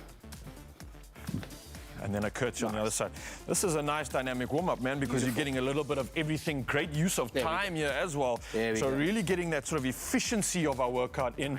At the same time, feeling warm, the blood is pumping in all directions. This is very sport-specific, but not just for cricket. I think a soccer player, rugby player, anybody could actually benefit from this right now. Yeah. Love it, man. Okay, so we're officially warmed up. Now we move, now we work out. We've got the kettlebell. Kettlebell over there. We're going into a nice plank position. We're going to be going for a row from one side to the other side. You don't want your body to be moving too much over here because you want those abdominals to be contracted right throughout the exercise over here. All right, so trying my best to get my hips to not move. A lot easier said than done, I must say.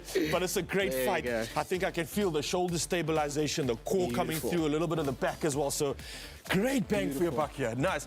Reps and sets for that exercise? What do you recommend? For that exercise, 5 on each side, 2 sets. Okay, I love it, man. There we go. Right, and then moving on to the next one. Here we go. Let's grab onto our dumbbell. So now we're going to go into a lunge. Nice lunge over there. Go for that press forward and rotation from one side to the other side. There we go. And then up, alternate to the other side over there. Press, rotate to the left, and then to the right side. There we go. Same thing over here. 5 repetitions on each side, 10 in total. Oh, bro, this is proper stuff. There we go. Absolutely using all my stabilizers right now. The mobility is still there, but more importantly, it feels like the cores needed to come into action. It's working. The upper body too. This is a proper workout. Getting everything stimulated right now, man. Right. Absolutely loving it. 2 more exercises to go into the single leg.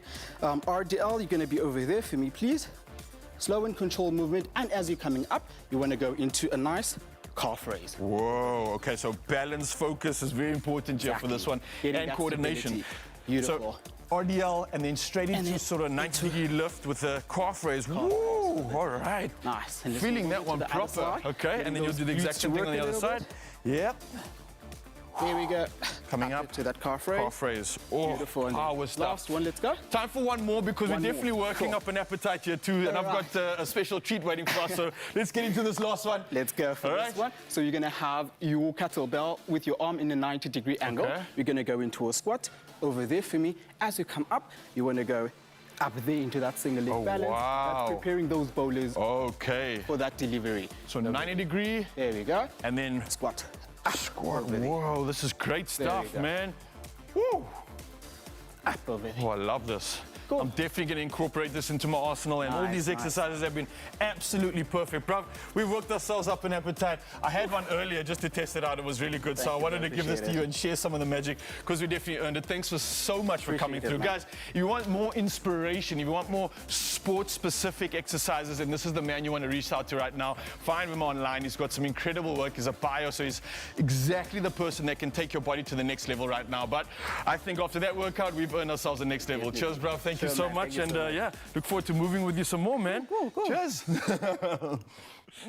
Okay, so his eating's not done yet. He is going to take Zoe on. I'm sorry, Raul, it's your first challenge against Zozo for the year, buddy, in the fridge leftover challenge, okay, which should be a fun one. Then this man is back. Yes, Art Matthews is here. We love you, guy. I did say you're going to get a lot of hugs. Have you had your requisite amount of hugs Nowhere yet? near enough. Okay. We've got a lot to do. We'll keep it going. So here's the joy. I am seasoned enough to remember walking into, I think it was Whitehorse, and hearing Stand in Your Way for the first time in my life. So I know where it began for you. Yeah. These young'uns don't, okay? So we're going to find out where the incredible journey of Art Matthews began, and most importantly, what he has been up to out on the 7 seas. A crazy adventure awaits. Stick around. We'll see you now. See you now.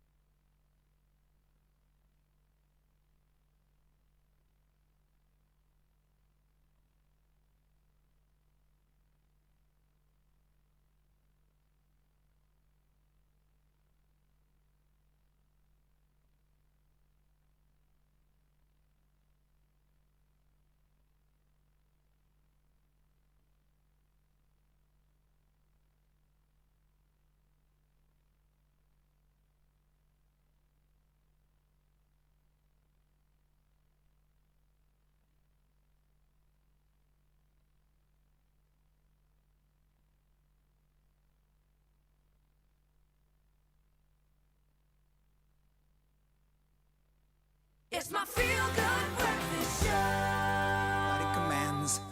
Welcome back. Thank you so much for joining us. You can see how excited we are. Why? Because we have renowned South African singer and songwriter and just a genuine human being, Art Matthews, best known as initially the very charismatic frontman of the iconic rock band Just Ginger, the OG for me, certainly when it comes to South African bands, and of course has gone on to make his mark in his solo lane with some standards and has something brand new just for us. And he's telling everyone, in fact, it's called Tell Everyone, and we're here to tell everyone. And of course, it addresses ocean pollution.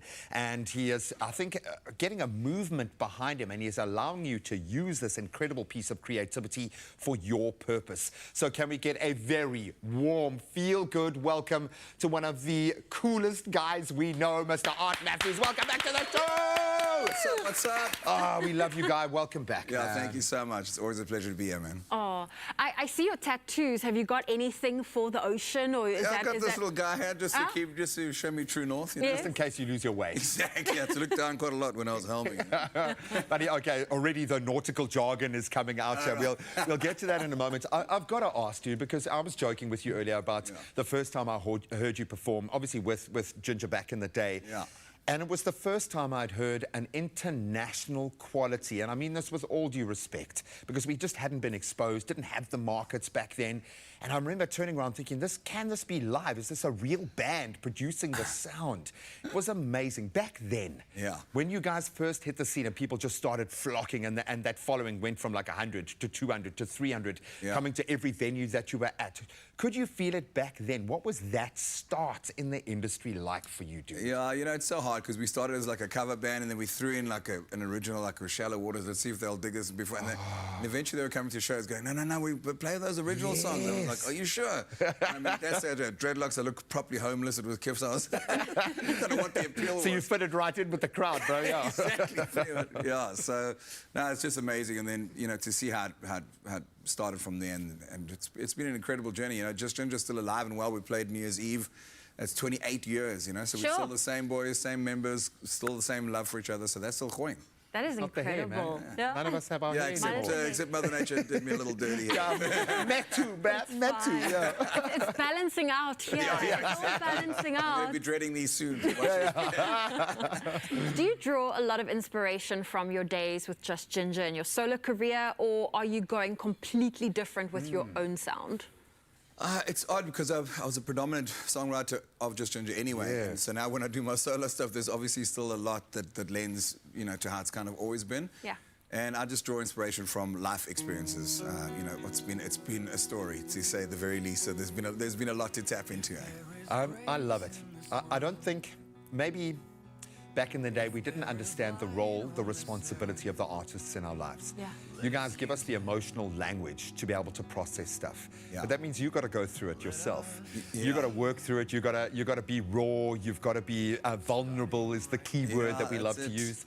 And you're able to do that in a way that is very powerful. That I keep getting goosebumps every time I look at you, dude, because you played a dominant role. There have been days where I've been broken and I've put it on, and I've heard that song, I've heard a Shallow Waters, and I've picked myself back up. There is something powerful about that. Where do you have to take yourself to be able to write like that? Yeah, you have to go through it, and you know, just mentioning that it's the biggest job satisfaction you could have in your life, having written something, having gone through something. First of all, being able to express it, because a lot of people bottle all their emotions up and they don't have a way to express it. So I get to a certain place and manage to write it in music and express it. And then not only that, then I get people singing along to it and also telling me stories for the rest of their lives, how it affected them. I know Shallow Waters in particular was used a lot as a reference for people like expats. I mean, in London, just like videos crying, I want to come home. And I said, come home, come home. You know, and it was written about a girl. And now it's written about leaving Shallow Waters, which is leaving a country or whatever it is. And just to see that going through the years, as I said, no greater honor on the planet. Oh, thank you. Yeah. Well, we're super excited that you're hanging out with us today because we've got so much to unpack. Yes. I know you're going to do a small little set for us. Yeah. What are you performing for us? I'm going to start with Impossible Machines, and then a song that I co-wrote with Just Ginger called Love Anyone, which is all about self-love and self-forgiveness, especially in this day and age when people are not very confident in themselves, especially, you know, addressing kind of the mental health issue that's been happening to everyone. And it's all about loving yourself before you can even extend, you know, being able to be loved by anyone else. It's quite a powerful thing. I love that, brother. You can go and plug in and rock out, See you my now, friend. see you now. And of course, the name Impossible Machine speaks to a boat that he has a very special relationship with. And in fact, he has made it possible for anyone who is wanting to join the movement to save our oceans, to tap into that creativity. So in just a moment, we'll get into the background there. But I think the most powerful way to hear what Art has to say is through his incredible music. And I think there are few artists that can transform us, transport us in the way that this man can. Just his voice alone is a happy place for all of us. And I'm so glad we are bringing you into that happy place right now. All right. So this is a song that I named the boat after because why not? It's my story, and even though the song is written mainly about our addiction to these devices, impossible machines, the song it was named I named the boat after it, and was the first single from my first album. So I hope you guys take something from it. It has nothing to do with sailing. It's just about our addiction to these devices. I don't know, but this life is so predictable. We do curious things with impossible machines. This I know, that you can't rely on anyone, 'cause everyone else is afraid of the dark. You are all you need from now on. Let go of the thoughts that harm you. Put anger and fear aside, 'cause the best of you is yet to come, this I know. You know that life is sweet if you like to see it that way now. I don't know, I guess if I was more considerate, there'd be something to be said for it. And I'd believe in every sentimental word. I've heard it 1,000 times before. Now don't forget about the good lives we've had, filled with things we don't need. These impossible machines making more than we need to live this life consciously. You are all you need from now on. Show them love, kill them with kindness. Put anger and fear aside, 'cause the best of you is yet to come, this I know. Show them that life is sweet if you like to see it that way now. Tell me, have you been there? I don't know, perhaps that's where I'm going. Have you seen it? Well, I'm blinded by the way it moves my soul. Tell me, can you feel it? We're nearly there. We've been riding long.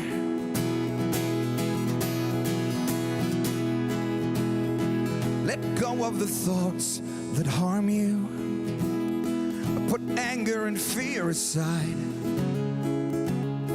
'cause the best of you is yet to come, this I know. You know that life is sweet when you're tuned into the Expresso show on a Tuesday morning, watching Art Matthews with the legendary crew. Thank you, Lucian. Can you feel it?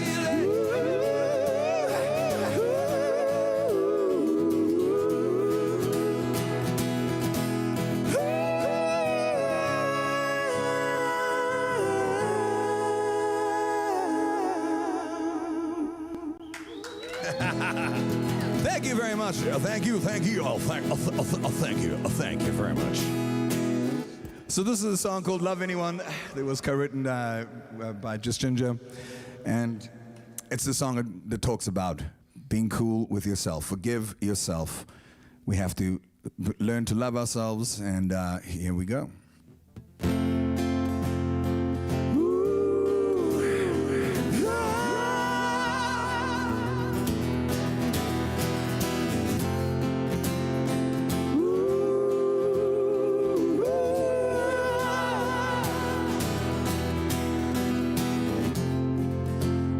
It's been a long, hard year. Well, it's just begun. Yeah, the man keeps knocking. You keep holding back the tears. Seems there's no stopping you now. There's a new dawn coming, bringing you good news that one day soon you will find yourself a higher sound, only you'll vibrate. Settle down, little girl. You've been out of this world to find you, to find you now. And if you love anyone, you may as well love yourself.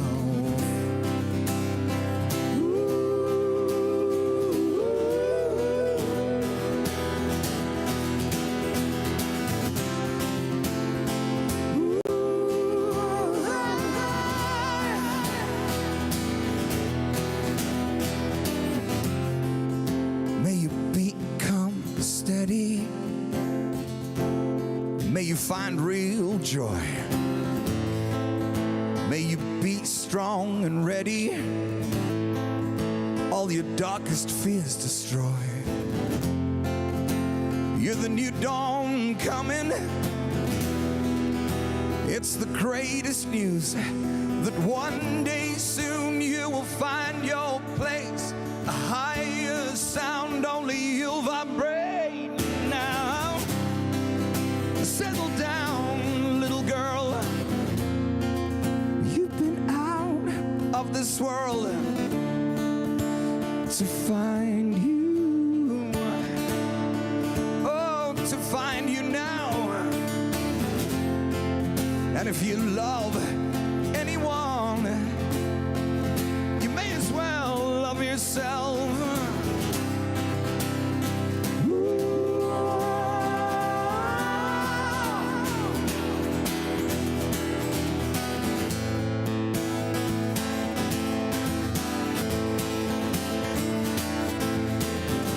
Stronger, higher, wise enough to begin again. Stronger, wiser, all you need is you. Stay around, little girl, as you go out in this world to find you. To find you. And if you love anyone, you may as well love you.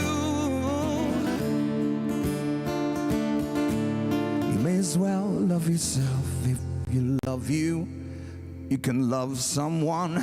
If you love you, you can love me too. If you love someone, if you love you, you can love me too.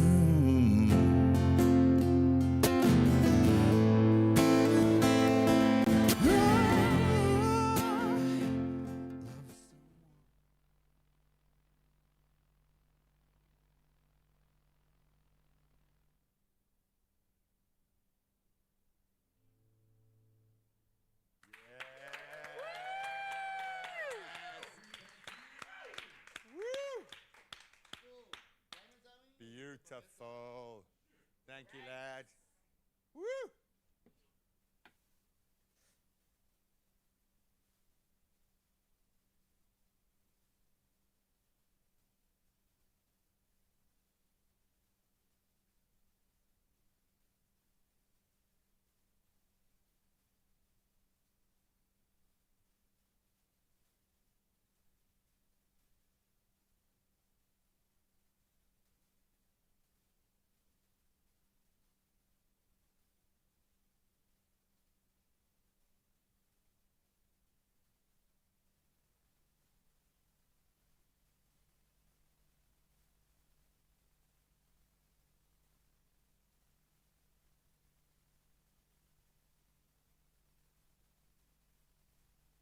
It's my feel-good breakfast show. Oh, welcome back after that amazing performance from Art Matthews. Don't worry, we'll have more, but we're going to bring it back home. In fact, keep it really personal, as it is a Health Tuesday on your Feel Good Breakfast show. And earlier in the show, we touched on the topic of skin cancer. And did you know that it was recently announced that Sarah Ferguson, former wife of Prince Andrew, has had her brush with skin cancer? And I love the fact that on one side, at least, albeit a very dark diagnosis, does bring more attention to this. And we have got the prof in the studio, Professor Lehlowenya, here to shed some light on this very hot topic. And remember, South Africa's very high UV levels mean that we are more exposed than others to skin cancer risks. Prof, thanks for sticking around. Thank you. Prof, I want to put myself in the shoes of an individual that now has gone for the test and they were told you now have skin cancer. What are the next steps for those individuals? So normally when somebody has got skin cancer, the first thing you need to do is take a sample of skin. So you, as a dermatologist or doctor, you suspect somebody has got a skin cancer. You take a piece of skin, you send it to the lab. That is important to prognosticate, to determine exactly what kind of cancer it is and how aggressive it is. The further away from normal it is under the microscope, the more dangerous it is. Therefore, that's important. Also, if you've taken a small sample, because sometimes we are wrong, and if I take your whole nose off and then I come and tell you, sorry, it wasn't a cancer in the first place, that's not really the best way to go about things. No. So once you have done that, then the pathologist will tell you, okay, it's this kind of a cancer, it's this severe, therefore when you cut it out, how much can you cut out? Because the most important thing is that when you remove it, you've got to remove it with adequate margins on the sides and adequate margins under and beneath. So that is important. So that helps you to go on and then get it done. Under normal circumstances in privileged societies, plastic surgeons or most surgeons will take it all out, and then depending on how aggressive it is. So for example, for a melanoma, you've got to be seen every 3 months for the first 2 years. Okay. Every 6 months between year 3 and 5, because it can recur. Okay. And then after 5 years, your risk is almost normal. But if you've had a melanoma before, you have the highest risk of getting another one. Okay. And similarly, if you've got a family member who has had a melanoma, a third-degree relative, which means it's somebody who shares 50% of your genes, your brother, your siblings, your parents, and your children, they then have a higher risk. So you follow them up. So the important thing is that once you have had it, you need to have a regular follow-up because your risk is higher than normal of getting it. And I wouldn't suggest that this is a curse. If anything, it's an opportunity to know more and prevent. So if you have cancer in your family, don't think of it as a yoke that's hanging over you, but rather the indication that you need to get checked regularly, that you need to take special care, that you can be more proactive in that space. When we talk about a melanoma spreading to other areas, when does that, or how does that treatment plan shift and change? When do we start moving away from just removing the cancerous area to chemotherapy, more aggressive forms of treatment? Talk us through that journey of how it can progress on the negative side of the scale. So normally, once the diagnosis has been made, the first step would be to look at the glands. So normally the glands drain. You know, if you kick something, you feel pain in those glands that are there. So the first place where, if it spreads, will be through those glands, which serve as filters of everything that should get into your body. Yeah, so that's called a sentinel lymph node. If the sentinel lymph node is negative, then it's unlikely to spread anywhere else. Once it's got to the sentinel lymph node, then there's a reason to worry that it has got spread. Then you try to dissect that whole sentinel lymph node and remove that whole basin. And melanoma care has evolved quite rapidly over the last few years. It's gone beyond chemotherapy. Chemotherapy used to be, it's like if there's a fly on the wall and use a wrecking ball to kill the fly. Yeah, like the shotgun effect. Everything else in there, it's a shotgun effect. But right now we've got more targeted therapies, and targeted therapies target specific mutations within the cell. So there are certain melanomas with certain characteristics that respond to certain treatments. At the moment, those treatments are extremely expensive, but the next step will be then in under-resourced settings, you use chemotherapy as far as you can. But in more advanced societies, there are specific targeted therapies that are actually showing very good results, improving 5-year survival. In the past, 5-year survival, once it has spread, was very, very, very poor. But now we are starting to see quite significant improvement in outcomes as we learn more and more and more and more and more about cancer, melanoma. Can I be very cheeky and ask you, of the percentage of South Africans, when we talk about quite a nuanced approach to treatment, quite a targeted approach, how many South Africans have access to that level of care right now? It's probably less than 1%, and that's the problem. It's exceptionally expensive at this stage, and as all new therapies are, the prices become prohibitive. But then as they become more accessible, prices tend to go lower as more companies produce similar competing products, the prices tend to come lower. But at this stage, they are accessible. People still, some of my patients still fly out to the US to get some of these treatments. And then there are prominent South Africans who in the past have actually traveled overseas earlier on to try to get those therapies. But now we're starting to have better access to them. Yeah, because often I think I've found in our sort of vantage point, not being medically blessed, but having this bird's eye view, often it's the system that needs to change, not the medication. And I'm so glad that you are voicing that opinion. But of course, we opened it up to you guys to share your thoughts as well. And thank you so much for weighing in with your comments. Let's see what you have to say. Okay, well, let's take a look at this comment that came through.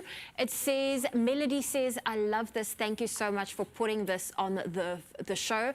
I got 2 children diagnosed with albinism. Wow. My 10-year-old daughter got 2 moles that enlarge in size. I gave birth to them in a public hospital and had to educate myself on albinism. Now, with my daughter, I was not informed that she was diagnosed with albinism at her birth, but at a 2-year, I went and I had to educate myself because she is very light-skinned. Now I have a son that also is much, it looks like, got albinism. And we've spoken about pigmentation. You say darker skins obviously are at less risk. So maybe this is a twofold question for you. With very light skin, especially when it extends to albinism, what precautions must one take? When she talks about the adequate education, let's educate people right now. What do you need to know if you have a child with an extremely light skin or pushing into that albinism space? How do you protect a skin that is that delicate? And this is the problem. I think, in fact, I received an email to try to develop a package for care of people living with albinism in the Western Cape because we don't. We've actually failed them over the years. I mean, I was in Tanzania last week, and the problems there are even worse because of how albinism is perceived. The biggest problem is that people with albinism do not have melanin. The sole function of melanin is to protect you against ultraviolet radiation. Therefore, they've got the highest risk. And that risk starts from the eyes, there's on the skin, because they're at a higher risk of getting all the 3 different types of skin cancer. So the first thing that we need to do, and which is what I'm working on at the moment, is to develop a program of teaching parents and caregivers how to protect their children against the skin.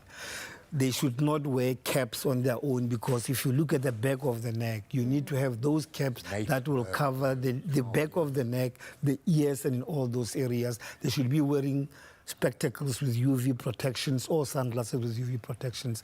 That's the first step. But the second step is that at some point, almost inevitably, somebody with albinism will get some form of a skin cancer. They will be affected. And it's access. It's making it easier for them to access care routinely, which means that it's got to go beyond them coming in when they need to come in. It's about finding a system of going to them so that there is regular screening and annual screening, because the one thing that works best for cancer is to try to catch it before it becomes a problem. And I think the responsibility that we all have is to try to improve access. Because if we could do that, then it means that then you get an interactions where parents and the patients themselves or the people living with albinism themselves are taught on how to do. Because if you don't have that interactions with healthcare givers, then it's going to be, it's a problem. We catch them when it's just too late to do much about it. And we know how much of a fine line that is. So thank you so much for putting your heart and soul literally into what you do every day. So much of this doesn't speak to medical advancement. It speaks to information sharing. It speaks to empowering patients with the right knowledge. And it speaks to this entire medical fraternity and those of us that are the mouthpiece for it, raising our game. And I think we've had it mentioned already. I love the sound of a starter pack when someone is born at risk, that we can start the conversation then. But I think all of us need to take a firm focus on the sun and what it can do for us. And all of these warning signs, the ABCs literally of it, we'll keep on our social media platforms. But please, if you've got comments, questions, some great ideas for us, continue to share them. At Expresso Show is the handle to use. Prof, you're an absolute gem. Thank you, sir. Thank you. Thank you very much. Thank you once again, Prof, for coming through. It seems like the outsides are definitely sorted. Now let's sort out those insides, right? Now we've obviously reached that time in January where the fridge is starting to look rather empty. You got that random carrot sitting in the back and the salad dressing from last Christmas chilling on the door shelf. And how you feel? Well, fear not, because we are here to show you how you can use these random ingredients with our fridge leftovers challenge. Now, as you can see here, we're starting off with some usual ingredients that you can definitely expect in the kitchen. So I'll run through it for you right now. We've got like a cucumber, like we spoke about, that cucumber hanging in the shelf. We've got carrots, we've got peppers, you name it. These are all random things that you would probably find. And of course, our next contender is the one and only Zoe. So you know this is going to be a proper feud. We've got beef to squash from last year. And I hope you're ready for this one. This is an interesting one. As I was just talking about, the ingredients we got here, Zoe, are pretty much standard things you'd find in the fridge, leftovers, carrots, salad dressing, some onion, garlic, tomato, milk, eggs. I hope we all have that. Some Viennas. A few of them are still lying in the packet. So we get to be creative here. It's not breakfast, lunch, or supper. It's anything goes. A meal. There's a wrap there as well, and there's some egg. The pans are hot. We've got oil here. And essentially, that's as simple as this challenge is. It sounds like last night's dinner. We are just trying to clean out the fridge. Nice. But it's like looking at the staples you have and making the most of it. Firstly, we ate leftovers last night because I was just too tired to go to the store. You know when you realize it's like, oh, it's peak, everyone's going to be there now. It's just not worth it. It's just the lines are going to be long, so you're forced to be creative. I feel you. Yeah. So you've got some momentum for this challenge. I've been sitting here just waiting and trying to think of something while I was doing the interview, and I still haven't thought of anything. I'm looking at these beautiful ingredients. Can we get started? Yeah, let's get started. Right, so I personally love a wrap, but there's something about just giving your ingredients a quick little fry. A little flash up. Yes. All right, So we're going into it. The challenge starts in 3, 2, 1, let's go! There we go. What am I going to do? What Zoe's going to do? I don't know, but she's going to figure out who the winner is in just a bit. So let's get it going on. Okay, we've got a timer on. I'll move over to this plate. Give a little Zoe, bit of olive oil. Have you got some inspiration there, Zoe? Yes, I'm just going to fry it up, get some of that going. And then I'll move back to my options. Just grab a knife out here. Having a look at everything that's here. It's beautiful, fresh ingredients, even if you want to use your cabbage. Sorry about that. Try that too. Okay, so I know that normally garlic and onion work first. So let me get the basics right, and hopefully from here we can make a little piece of magic. I'm going to get something really creative and wild going on here. So brace yourself, Mzansi. This is going to be something like no other. There we go. Okay. All right. We can share the Viennas. We'll go 2.5 each.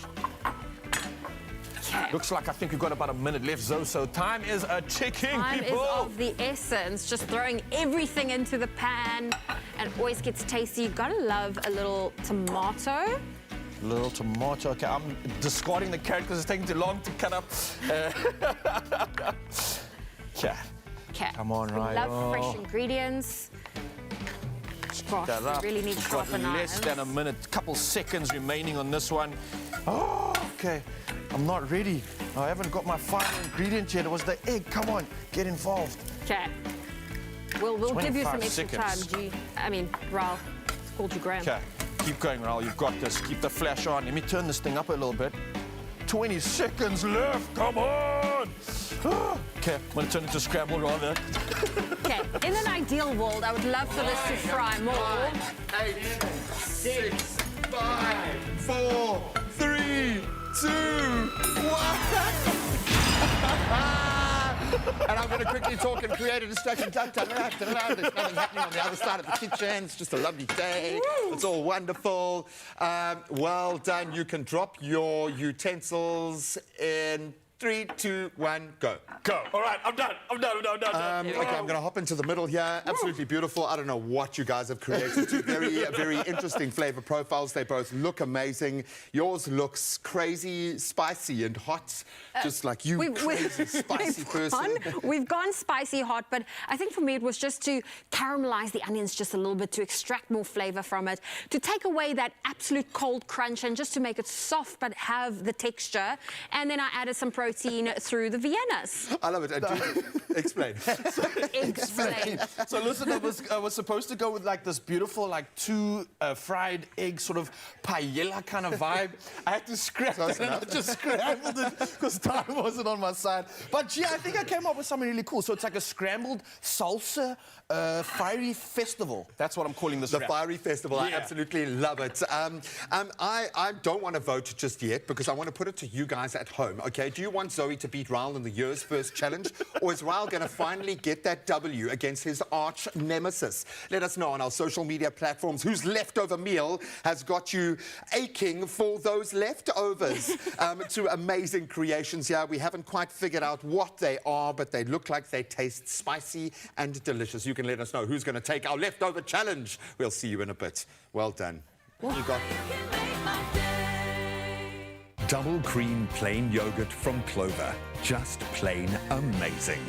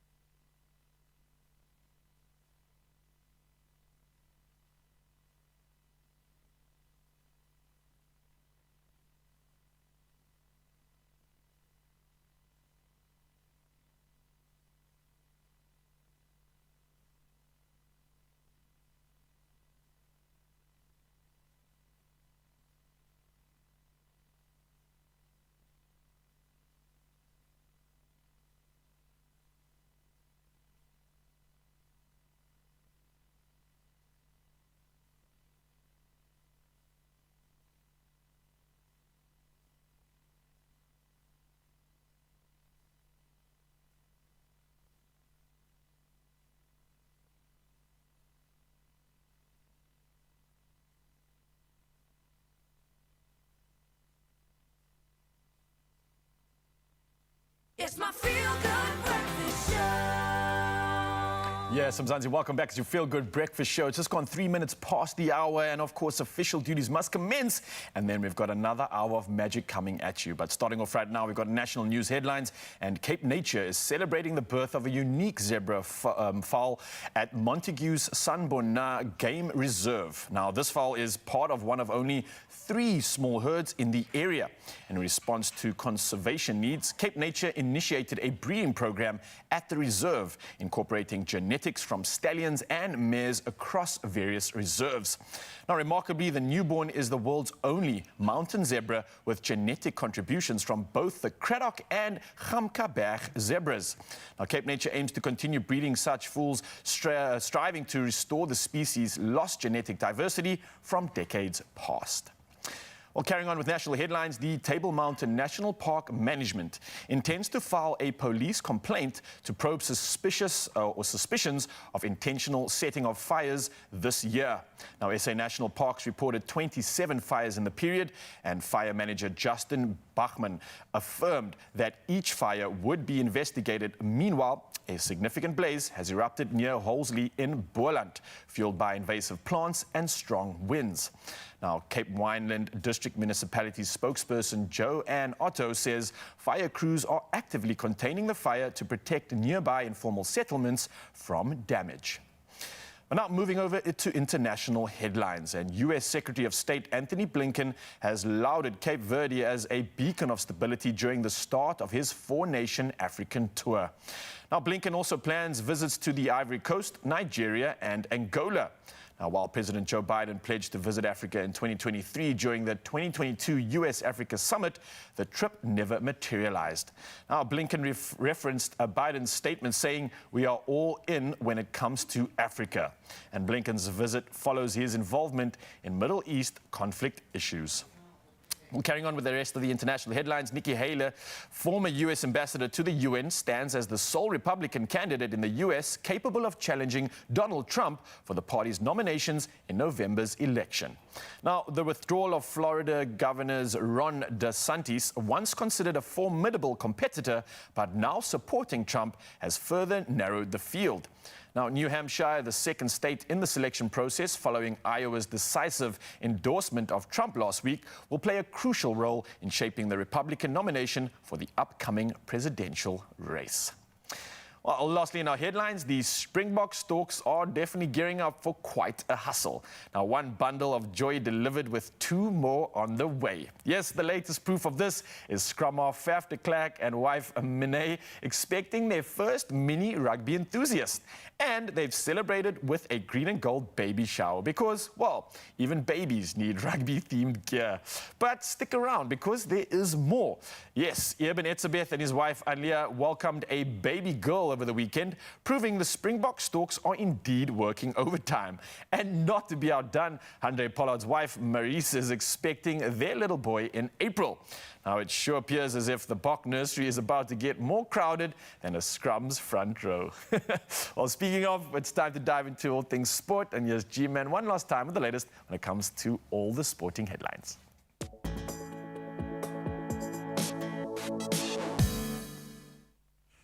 Well, from Future Box, let's turn to the footballing action currently playing out. And of course, AFCON has thrown us a few surprises. A big one yesterday, Ghana has been eliminated from the Africa Cup of Nations. That was after conceding two late goals in their 2-2 draw against Mozambique. So Jordan Ayew's penalty kicks in each half, initially giving the Black Stars what they needed, putting them firmly in control. However, Jenny Katamo scoring from the spot in the first minute of stoppage time, and then Reynaldo Mandava taking advantage of a mistake from Richard Ofori to head home for that equaliser from a corner in the 94th minute. So despite finishing third in Group B with 2 points, Ghana, they cannot qualify for the last 16 due to their -1 goal difference. Then potentially another shock upset on the cards, as potentially we could see the hosts out of the equation. So Equatorial Guinea, they thrashed host nation Ivory Coast, putting the Elephants at risk of a shocking African Cup of Nations group stage exit. Emilio Nsuez doubled, then Pablo Ganet's 25-yard free kick, an absolute perler, and then Yannick Baila's late goal securing a famous win for the National Thunder and ceding top spot in Group A in the process. And Ivory Coast, finishing third in the group, must now rely on tomorrow's results to determine if their 3 points and their goal difference of 3 will be enough to see them through to the knockout stages.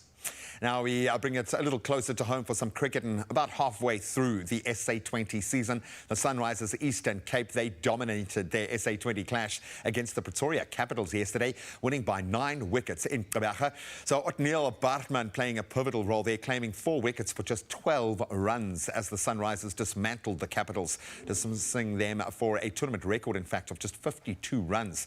So chasing the modest target, the Sunrisers did lose Dawood Malan early on, but Jordan Herman and Tom Albell's partnership on an unbeaten 50 of just 35, guiding the team to victory with a full 13.1 overs to spare.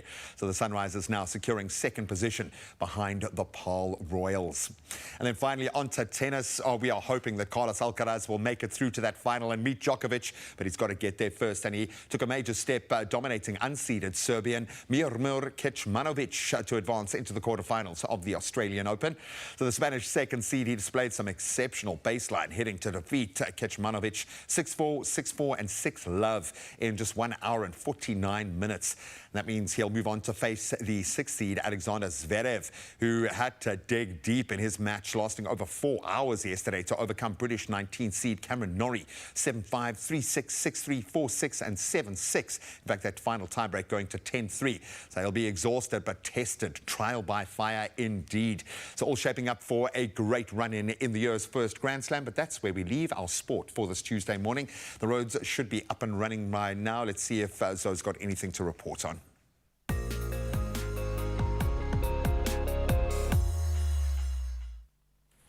I do indeed. We start off with your traffic in Alexandra, Johannesburg. As reported on our earlier bulletin, there's a stationary truck. It's on the N3 northbound at London Road.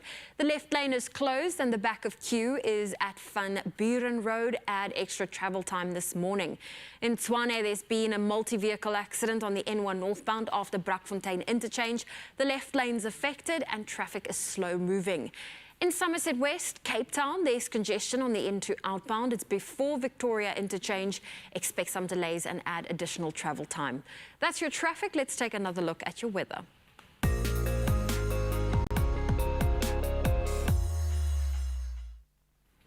And in the weather forecast for the upcoming days, the South African Weather Service anticipates scorching temperatures exceeding 40 degrees Celsius over the Kamiesberg in the Northern Cape and the West Coast district of the Western Cape. Uncomfortable and humid conditions will prevail in the Kaima municipality in the Northern Cape and the western parts of the Western Cape, extending to the entire Western Cape and interior of the Namakwa in the Northern Cape tomorrow. A persistent heat wave is on the horizon for the northern parts of Dr. Bayer, Nudia and Chris Hani districts in the Eastern Cape from tomorrow to Friday. Moreover, extreme high fire danger conditions are expected over the northwestern parts of the Northwest and the Berg River municipality of the Western Cape. Finally, a yellow level 1 warning for damaging waves have been issued for the area between Cape Columbine and Cape Agulhas in the morning. Well, that's your weather update. Let's take a final look at your sunrise views. Louise Cherry from Johannesburg is finishing us off this morning with her sunrise view.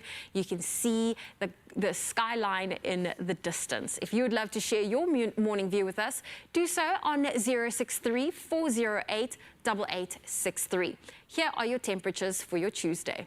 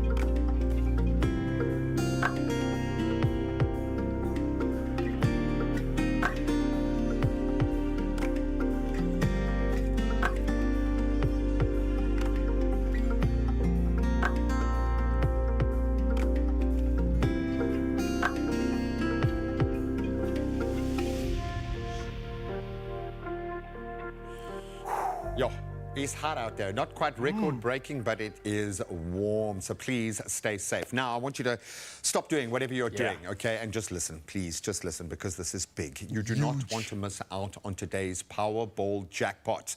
Why? Because it is guaranteed at only 110 million rand. Wow. Over 100 million rand. Literally, I mean, Come on. think about this. Can you imagine how this amount of money could literally change your life? And if you want to make those dreams reality, then you need to buy a ticket today. Papa, hurry up. All right, so we're going to remind you for like the millionth time, but I think we need it.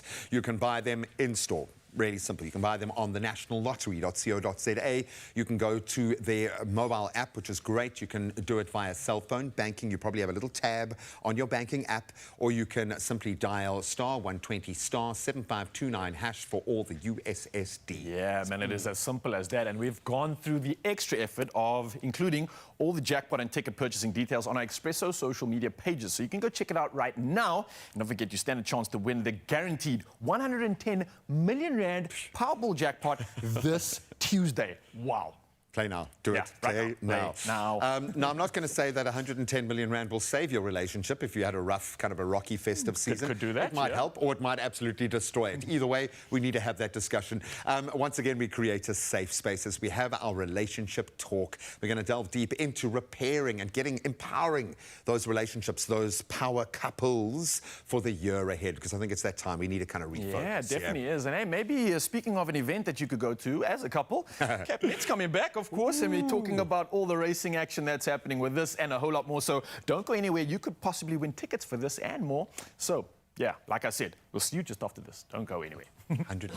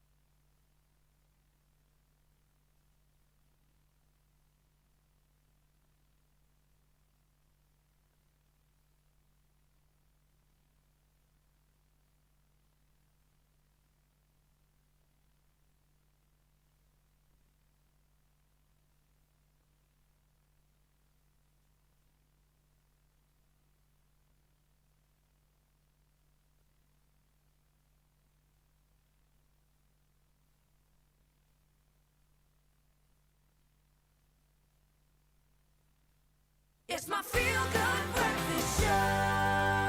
Welcome back. It is your feel-good breakfast show. It's Expresso on S3. The holiday season, it is over. Everyone is back to school, back to work, and we are now back to maintaining a work-life balance. But how does your relationship evolve from 24/7 attention to now splitting your time between work, your goals, family, and the demands of everyday life? Well, that's why we've asked Councillor Danelle Meyer to join us in studio, who will help us navigate your needs and wants with your partner as we transition back to the routine of work and pleasure. It's so great to have you back. Thank you for joining us. Thank you for having me in studio. Yeah, I mean, it's a great time to, I think, discuss this because, like I said, the year brings new challenges and new obstacles that you both individually and as a couple need to sort of like target, right? Now, we've got a busy season ahead of us. We've got so much happening. We've got these daily routines. Yes. How do we acknowledge, how do we take into account the good things that we have in our life? Just like our partner, as an example. Are there ways that we can really like make this known and make this something that's like impactful at the same time? Yes, so it's so important to actually reconnect with your partner, especially now after the holidays, we're coming back. How do we rekindle and reconnect? Get that fire going. Get that fire going, right? And so one of the most practical ways to do this is to actually focus on the small things. And so one of the first tips I have is to actually make a list of all the things that you love about your partner, whether that's physical attributes, their eyes, their smile, the way their face lights up, or even just the way that they appreciate you, how kind they are, how compassionate they are. Really appreciating those small things. I think that's a great place to actually start. And that's amazing because you can also let them know by writing a letter, leaving it in their car or in their lunchbox, and they can read that during the day. I remember like at school you used to write these like affectionate notes and it would get you so giddy and excited at the same time. Why did we ever lose that actually? That's a great point. I like that. I love that. Why is it so important to emphasize that quality time and set time aside to prioritize reconnecting with your partner? Yeah, so another thing that's really important is to actually, like you said, set aside that time for your partner. And look, we've been on holiday, we've spent time with loved ones, and so now's the time to actually show your partner that you're willing to spend that quality time with them. And what this does is it reaffirms and reassures that bond, showing that you have that willingness to actually reconnect with them and set aside time in your busy schedule to actually reconnect. And reconnect without the phones. I think so often couples spend time together, but they're each on their phone, and you can't really quantify that as they're not actually time. present with each other. Actually lose that entire moment. Now, I know maybe, and this is the question I want to pose to you, do you think it's cheesy to like recreate those sort of first moments that got you really into the relationship in the first place? Like, I met you at like some club, maybe let's reenact that again, and I'll pick you up at the bar. I was watching a movie like that. Do you think that's a bit cheesy, or do you think that can add some vuma to the relationship? Absolutely not. I think that can actually add to it. And so something that would be really cute to do is to recreate that first date or one of the most special moments that you had or a date that you had. And so it's a way to remind each other why you started liking each other in the first place, why you chose each other. It's cute, it's playful, and it's a way to just rekindle that spark again. It's also a cool way to kind of reflect on like where you come from as a relationship and where we are now, and seeing those changes. Those butterflies in the beginning, and now we're so far ahead. So no, absolutely not cheesy. Okay, cool. Adding that to the list. Not cheesy at all. Not cheesy at all, yes. When it comes to physical touch, how important is that? So physical touch and physical intimacy is actually really important. It's so essential to the health of the relationship and feeling connected to your partner. And so nothing wrong with, setting the mood, lighting the candle, getting back to those, sensory experiences within the relationship. And it's a great way to just establish that intimacy again, that bond with your partner. So, don't be afraid to kind of go there, go into that space and just rekindle with your partner in that way. I think already that we've kind of put together like a pretty practical list in terms of how we can really make this happen. This is not just the philosophical realm. No. Is there anything else you could possibly add to this? I mean, this is definitely stuff that I think creates affection, appreciation. It's, hey, you recognizing me, which is quite important in this day and age when there's so much distracting us and taking our attention away from our partners. Anything else you could maybe add to the list? I know this has been extensive already, but look, another practical way we can actually reconnect is, or I would challenge everyone rather, over the next week, just send your partner random texts and messages. Right? So let them know you're thinking about them, how much you love them, how beautiful they looked in that dress, or just the way their hair kind of falls in their face. Anything that lets them know that, listen, you are on my mind. I am thinking about you. And just taking aside that time in your day to kind of prioritize them, prioritize the relationship. I think that's really important. And that's all we want is for you to prioritize that relationship, to make sure you find that balance now that life is back to normal. Danelle, thank you for joining us. I know you're not going anywhere. We've got more questions to ask and unpack, so stay tuned to your Feel Good Breakfast Show. Now let's inspire you to get out there and have the time of your life. Get ready to be swept off your feet in an extraordinary blend of horsepower and a little bit of horseplay. It's not just another race day. It's the racing event of the year, a gallop of glamour like no other. So this weekend, the World Sports Betting Cape Town Met is back. It's set to unfold at the iconic Kenilworth Racecourse that's had a complete facelift as well, promising thrilling races, live entertainment, and yes, a dazzling fashion show curated by the renowned Gavin Raja himself. So excitement will abound with 3 new ticket options as well. So we've got the Concert Terrace, the Racing Pavilion, I'll see you in the PAV, and the Garden Picnic area, which is beautiful, ensuring a fusion of glamour. We've got grace and, of course, the glory. So secure your tickets now at Ticket Pro and make sure that you don't miss out on the ultimate sporting and social extravaganza of the year.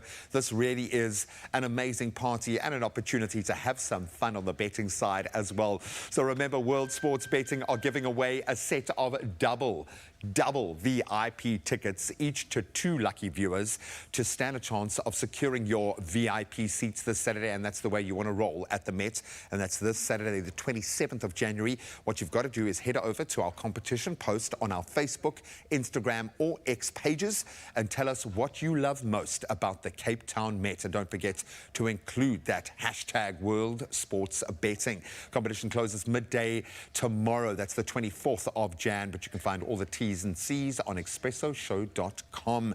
You really want to do this VIP style, so go and book your spot. Well, as you can see, Danelle's not going anywhere. She is ready to help us as, you know, collectively as couples to set goals for the year ahead. So stay tuned for that. Yeah, and of course, we have built ourselves up quite an appetite after great conversation. We were moving earlier, so we're going to dive back into the kitchen because it's time for a very busy smoothie bowl. And I cannot wait to get this in my belly. You can too. Just stick around because we've got all this inspiration coming at you in just a bit. Don't go anywhere.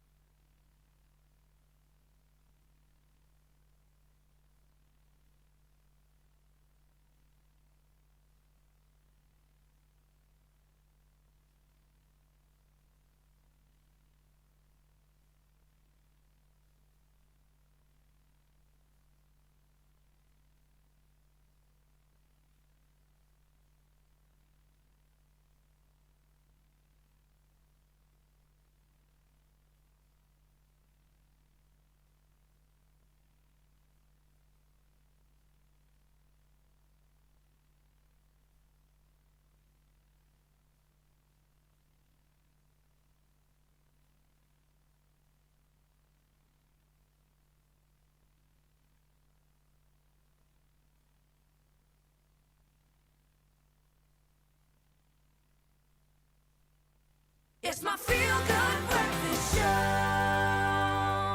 Yes, Mzansi, welcome back to your Feel Good Breakfast Show. It's Health Tuesday, and we're bringing health to relationships right now because we are still hanging out with Councillor Danielle Meyer, and we're about to jump straight into more tips on how to reconnect with your partner after the chaos of the holidays. Now, part one was a great conversation. We literally put a practical list and a guide on how we can literally make these relationships spark up and get that fire going again. But I think we can dive even deeper, yeah? Definitely. I think, you know, for a lot of individuals, it's sometimes difficult to remain that individual within the relationship. But together you want to grow and you want to, you know, really, you know, adapt to changes that takes place within your relationship, whether you are perhaps moving or starting a new job, or perhaps pregnant and you adding a kid to the family. Why is it so important to embrace these changes and to really just, you know, embrace growth? Right, so one of the most important things, as you mentioned, is to embrace growth and change within the relationship. We all know that self-improvement, self-reflection, that's a continuous journey. And so in the relationship, of course, you're going to be changing. And so a healthy way to embrace that growth and change is to encourage your partner and assure them that, look, I'm here for that. I'm here to grow with you. I'm here to support you and accept you, and to walk that self-improvement journey with you. And so one of the great ways that we can encourage that acceptance and growth is, you know, even if you just write a love letter to your partner, assuring them of, you know, what it is that you've noticed, how they've changed, how they've grown, and what it is that you now appreciate and accept about them. And this will encourage effective communication as well within the relationship and just solidify that bond even further. I love that. Now, no, with that being said, and growth is something that I think everybody must welcome with open arms, but with that growth, it sometimes happens without you even noticing, right? Or you don't notice your partner's change in the relationship. You don't realize that you have too, and naturally so, because we get so caught up in our habits, and you just think, well, our partner's always going to be there. That begs the question of, like, how do I know that I'm still with the same person, and how do I rediscover this partner in my life that I would hope has grown over the few years we've been together? Because things can become quite stagnant as you become in a relationship. You just kind of do the same thing, you get in a rut. How do we rediscover not only our relationship but ourselves, but that sort of, again, that fire within the relationship too? Exactly, and I think a lot of times people are scared of change and growth, but I think it's actually exciting to rediscover your partner. And so one of the ways to do that is to create new positive memories together. Okay. So do an experience that both of you haven't done before. Go on a date and share the list that you made for one another. Create a ritual together that's just specific to the two of you. So whether that's date night, whether that's spending time together, but just rediscover those likes, those dislikes. What are your perspectives on different things? And it's actually such a great way to get out of that sort of stagnant feeling and just move forward and reconnect as you move along. Okay. Definitely. Taking that advice. So now, what are the types of goals couples should consider to set together and perhaps individually, but that will benefit the couple little bubble? So definitely something that's important is to look at what are your goals as a couple. Right? So what are your short-term goals? What are your long-term goals? And establish what that looks like for you. And one of the things that I always say, look, this is something great to focus on, is what is important to the both of you in this relationship. Love, reciprocity, what are your plans for the future? What are my plans for the future? How can we focus on a common goal together? And then work on the different ways you can articulate those changes. How can you pursue those goals together? Because that's going to give you a common focus, a common vision. And you know, when you're on the same page as your partner, it actually builds that trust and intimacy within the relationship. And so I think that's actually a great exercise to do together. Yeah, I feel like we're set, pretty much sorted. I think my only curveball would be this, that I know many gents, and not to make this a sexist conversation, because I'm sure there's many of us that don't express from both genders and all sorts, but with gents especially, they struggle to really articulate and really express and open up. A lot of this requires that. How would you encourage the man of today's age that struggles to express, to get in touch with emotions, to really get that out with their partner and not let it be seen as maybe weakness, as they might perceive it to be? Yeah, I think a lot of times we have this misconception about men that, you know, we're strong, we're not expressing our emotions, but a lot of times men actually need that emotional investment, you know, from their partner, and for the partner to create a safe space for them to express their emotions in return and what they need. So if they're a little bit scared to express their emotions and the emotional side, a great place to start would be expressing what it is that they need, what are they looking forward to in the relationship, how can they work towards that. It's a little bit less of a scary space to talk about what it is that they maybe need or look forward to, and in that way you kind of break the ice when it comes to speaking about your emotions. All right, we got this, gents. We got this. You got this. There we go. Danelle, thank you for joining us today and bringing your insights. And yes, we just hope that your takeaway from this conversation is to prioritize connecting with your partner. Thank you so much, team. A very important conversation, and hopefully that's given you some tools to use in your life. Right now, though, we promised a Health Tuesday, so let's give it a healthy kickstart. Double cream plain yogurt from Clover. Just plain amazing. So this morning we thought we'd add a new breakfast staple to your morning menu that you will love, guaranteed. We are making a very berry smoothie bowl, combining a couple of our favorites, and the star of the show is Clover's brand new double cream plain yogurt. Ryle, step in here, my friend. You proved your cooking chops. I'm going to give you the challenge against Zoe this morning. I'm just going to call it a W for Team Ryle. Okay, so you got your first win of the year, and I'm going to need you to continue that inspiration. So, buddy, we're mixing together a whole lot of, I suppose we loosely call them the superfoods. Those foods that give us good energy, sustained energy, doesn't spike you, gives us good nutrients.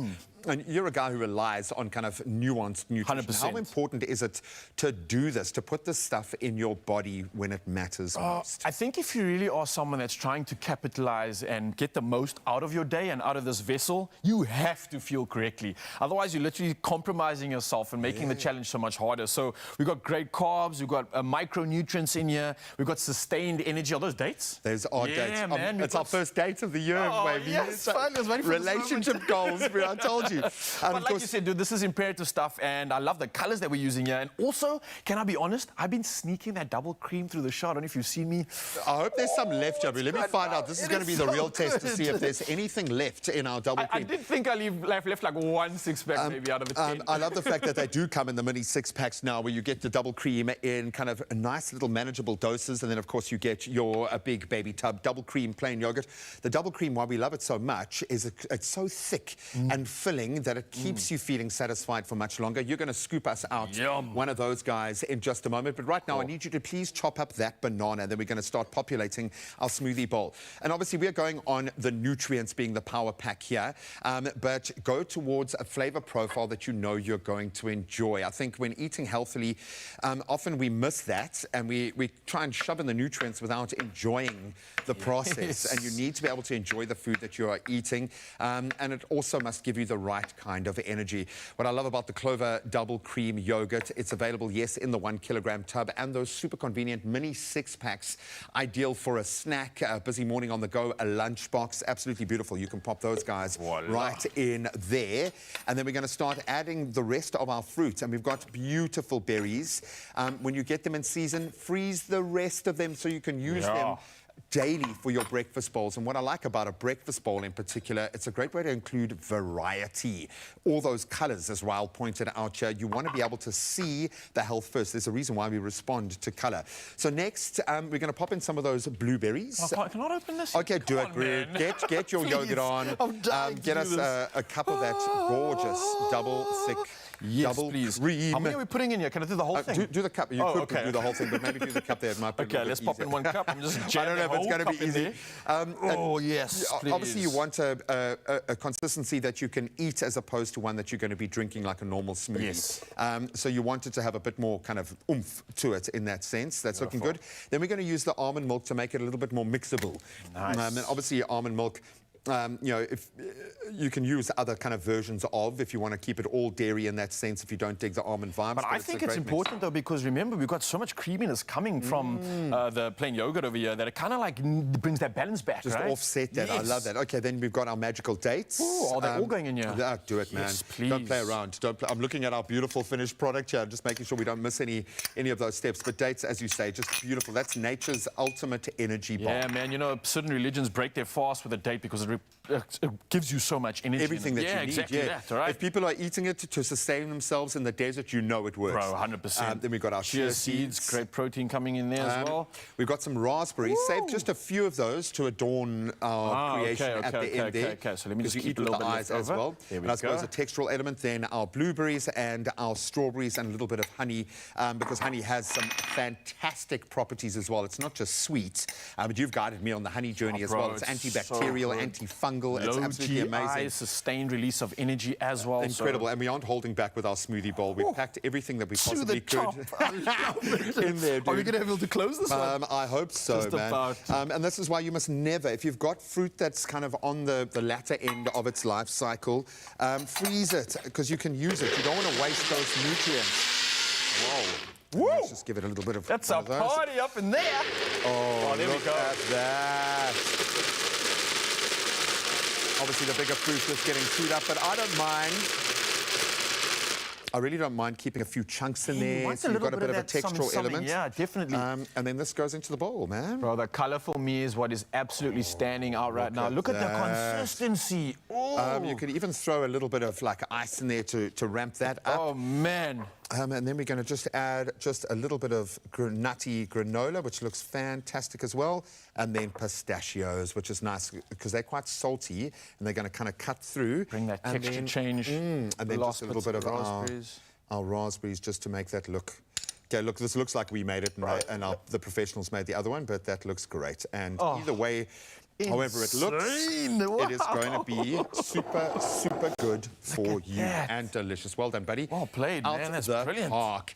If you want to get your hands on this delicious recipe for our very berry smoothie bowl, you can head over to expressoshow.com. In fact, that's where we house all of our culinary inspiration. We'll give you a play-by-play, send you the recipe, and from there, you've just got to prove how beautiful your bowl is. But Raul, I think we knocked this one out of the park, and look, we've got two, so we can both that's fine. enjoy our breakfast. Our first Well done, date. son. Yeah, it is. That's our first date of 2024. Double cream plain yogurt from Clover. Just plain amazing. Oh, well, listen, we still have a lot coming up on your Feel Good Breakfast show, including everything you need to know about the consecration ceremony. And we have another performance from Art Matthews on its way, so stay tuned.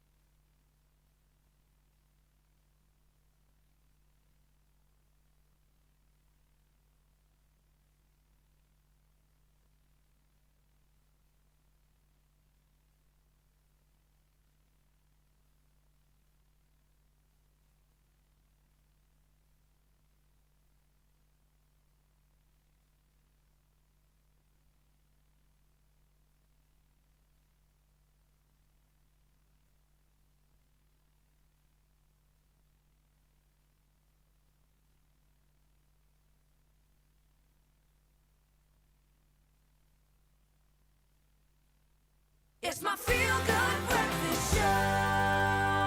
Yes, Mzansi, welcome back to your Feel Good Breakfast Show. We've been feeling so good, talking about health, talking about great advice when it comes to the kitchen, and now we're diving into some beautiful cultures, because joining us this morning is the General Secretary of the Hindu Association of the Western Cape. We're talking about Jawahir Nanda, and he will be chatting to us about the Shri Ram Janmabhoomi Pran Pratishta. I hope I pronounced that correctly. So let's officially open up and give him a Feel Good welcome. Thank you so much. Did I get it right? No, you got it right. You got it right. Yes, you got it right. You got it right. It's your winning day, man. You're just on a rich rain of form. Listen, there's a lot of excitement happening in here. I'm very excited for this and diving into this culture, especially because, yeah, it looks good. I'm just going to give it a start with lighting a lamp. Okay. It always signifies invoking the blessings. Please, if you allow me to. bless us away. Of course, it will be our honor. I was wondering, was it food or candles? I've never seen candles that look this interesting, actually. Because these are made with ghee. Oh, wow. Ghee is considered quite auspicious and green, environmentally friendly. Oh, nice, okay. Wow, okay. Oh, there we go. Got that last one. There we go. Okay, there we go. So, हर घर में अब एक ही नाम एक ही नारा गूंजेगा हर भारत का बच्चा बच्चा जय जय श्री राम बोलेगा हर भारत का बच्चा बच्चा जय जय श्री राम बोलेगा. As a proponent of the ancient Vedic and Sanatan civilization, as a spark of the Hindu society, I greet you all. I congratulate you all, because what we have witnessed yesterday was historic. It was once in a lifetime opportunity. Wow. Because the Lord has advent to Ayodhya, the birthplace of Lord Sri Ram. So it's very significant. This particular consecration ceremony, the opening of the Ram Mandir in Ayodhya, is very, very significant. And consecration is basically the ceremony where you infuse the idol with the divine life force, making it a live representation so that it can invoke blessings and we can offer prayers too. So this particular ceremony is extremely, extremely significant, and the whole world has been celebrating this particular event. Oh, wow. How does that feel? Because obviously you have been very emotionally connected to the culture behind the spiritual significance so that you can translate that and be that connection for your people. To be able to live through a time like this, I can see the way your face lights up, the way your eyes light up. That smile is amazing. I get the gravitas of this. This experience for you, it does feel different, I would imagine. How important are these moments for the Hindu culture in the context of where we are today? Because this speaks to a very old culture that still remains so strong because one generation has handed that down to the next. To have these moments, to live through these moments, what is that like? Look, Sri Ram is known as the Maryada Purushottam. Lord Ram is the essence of an ethical, a conscious, and intellectual human being. A human being that has reached its intellectual capacity of enlightenment. And it is not some concept or some mythological entity who stays somewhere in the heaven. Out of touch. No, no. It is, the very essence is in each one of us. The values of love, compassion, and justice is what we all imbibe to and we live up to, the righteousness. So Sri Ram is that particular glory that allows us to exercise or invoke that feeling in each one of us. We all strive towards. This is the moment which is very much required in this chaos that is prevailing at the moment, especially in South Africa and in the globe. I was going to say the world needs this now more than ever.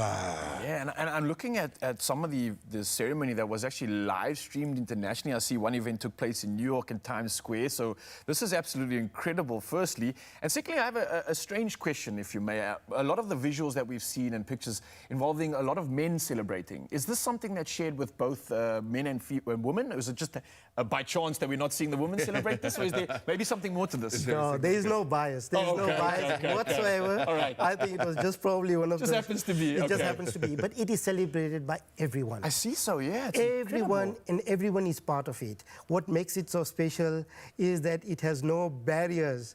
It is a philosophy.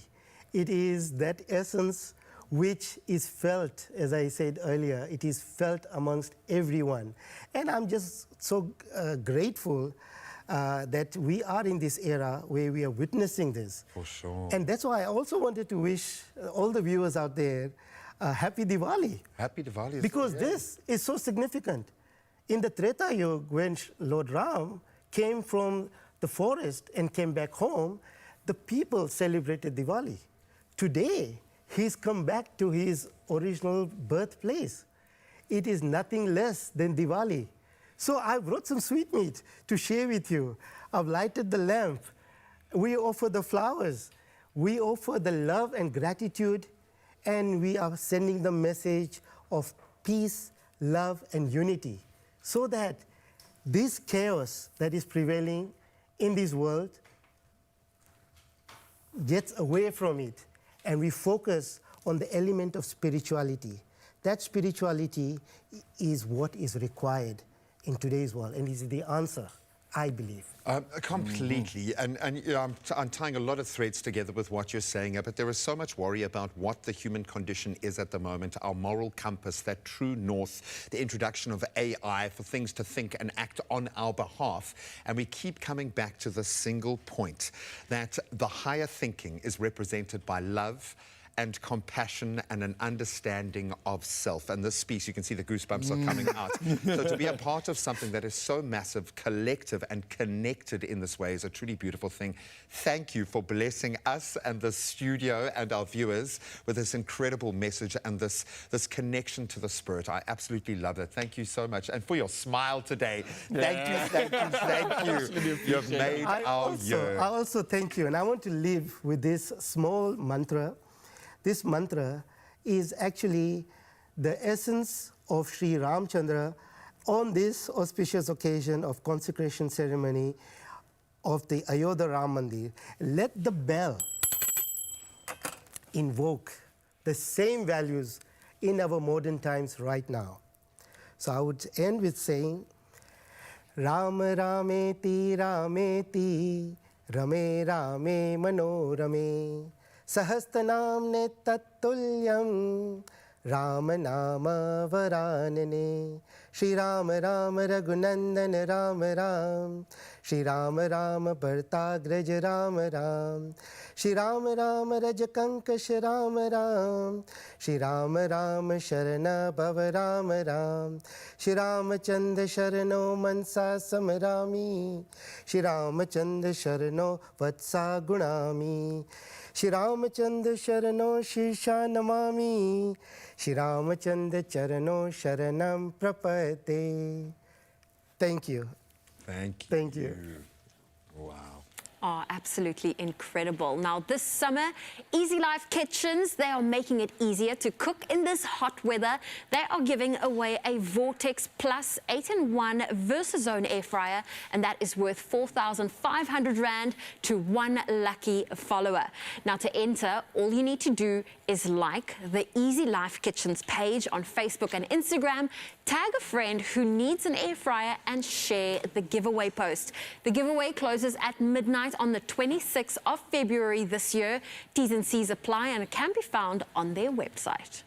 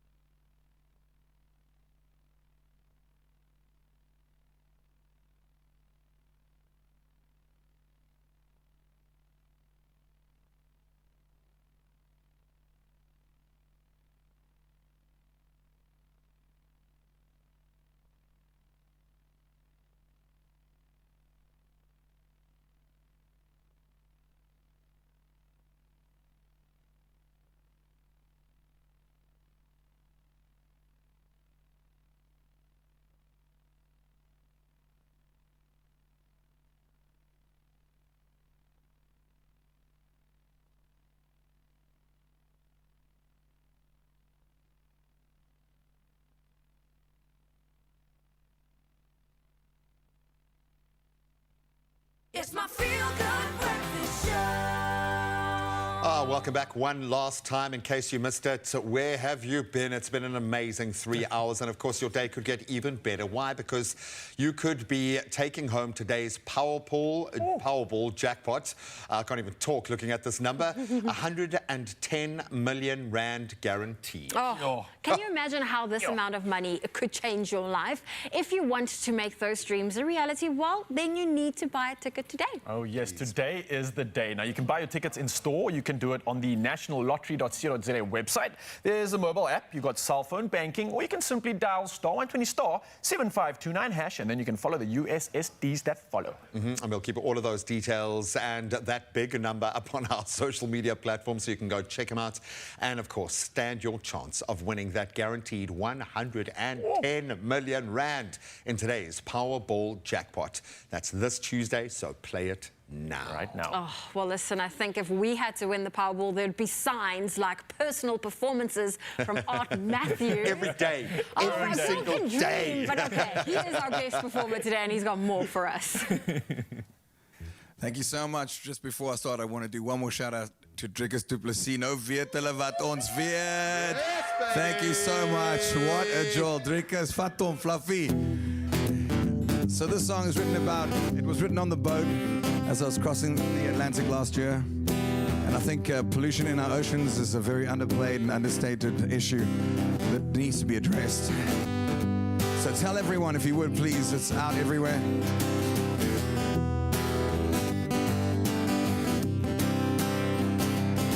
I've been hacked off lately, because evidently maybe we're about to make a big mistake. I'm not talking about that pointless war or our cracked up leaders. No, this time we're gone a bit too far.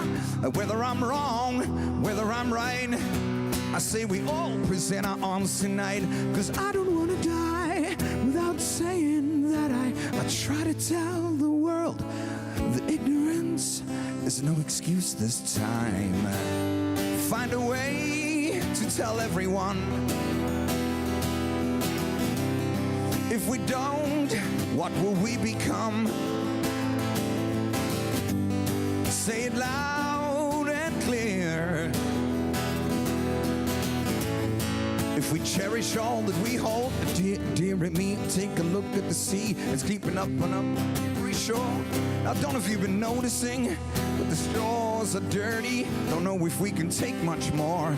If we don't change how we feed or take control of our greed, we'll all be sipping through a dirty straw.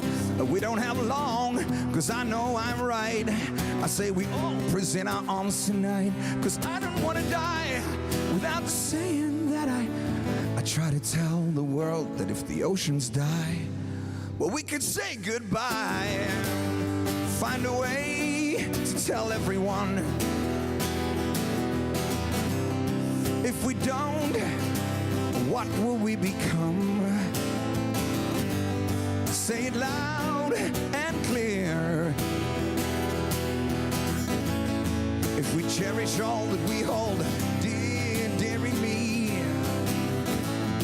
If we cherish all that we hold, the waterfalls, the river runs, the crying eyes, so overcome, so and hold your breath, crying out loud till there's nothing left, nothing left, nothing left.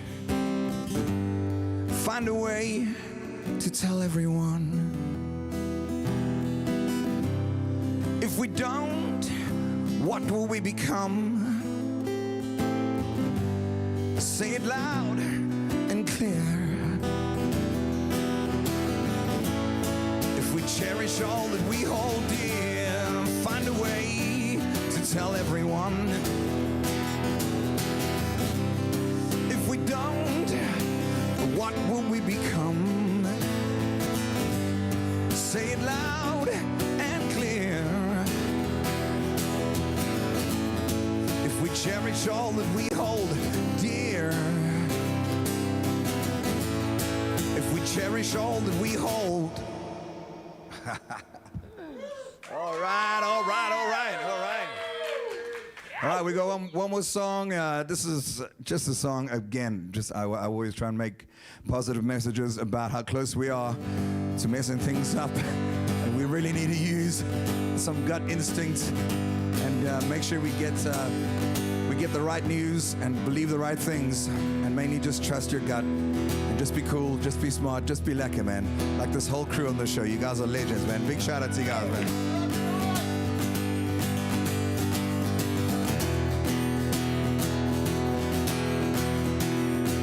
Been dreaming of a perfect world where we live, considerate of who we are. Afraid of what we've become. Will we wait until it's too late? Or we start a revolution now? We are not alone, but we better get busy or we will soon be. Wait, how long? Wait, how long?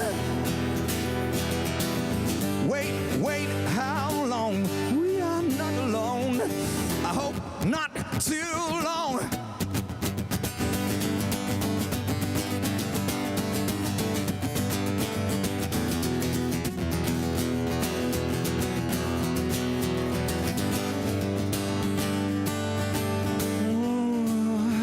Just think of what we'll leave behind. Will we wait until it's too late? Or we start a revolution now? We are not alone, but we better get busy or we will soon be. Wait, how long? Wait, how long? Wait, how long? We are not alone, not too long.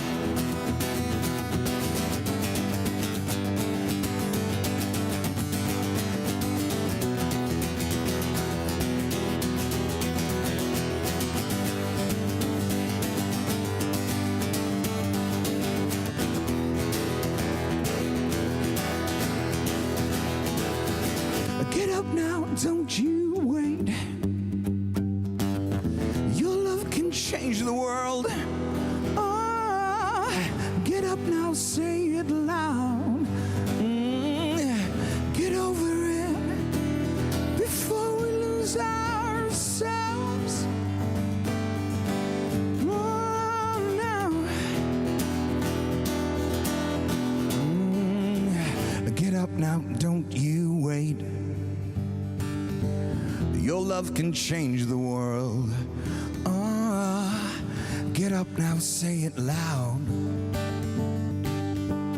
Get over it. Double cream plain yogurt from Clover. Just plain amazing. Nada. Feel Good production.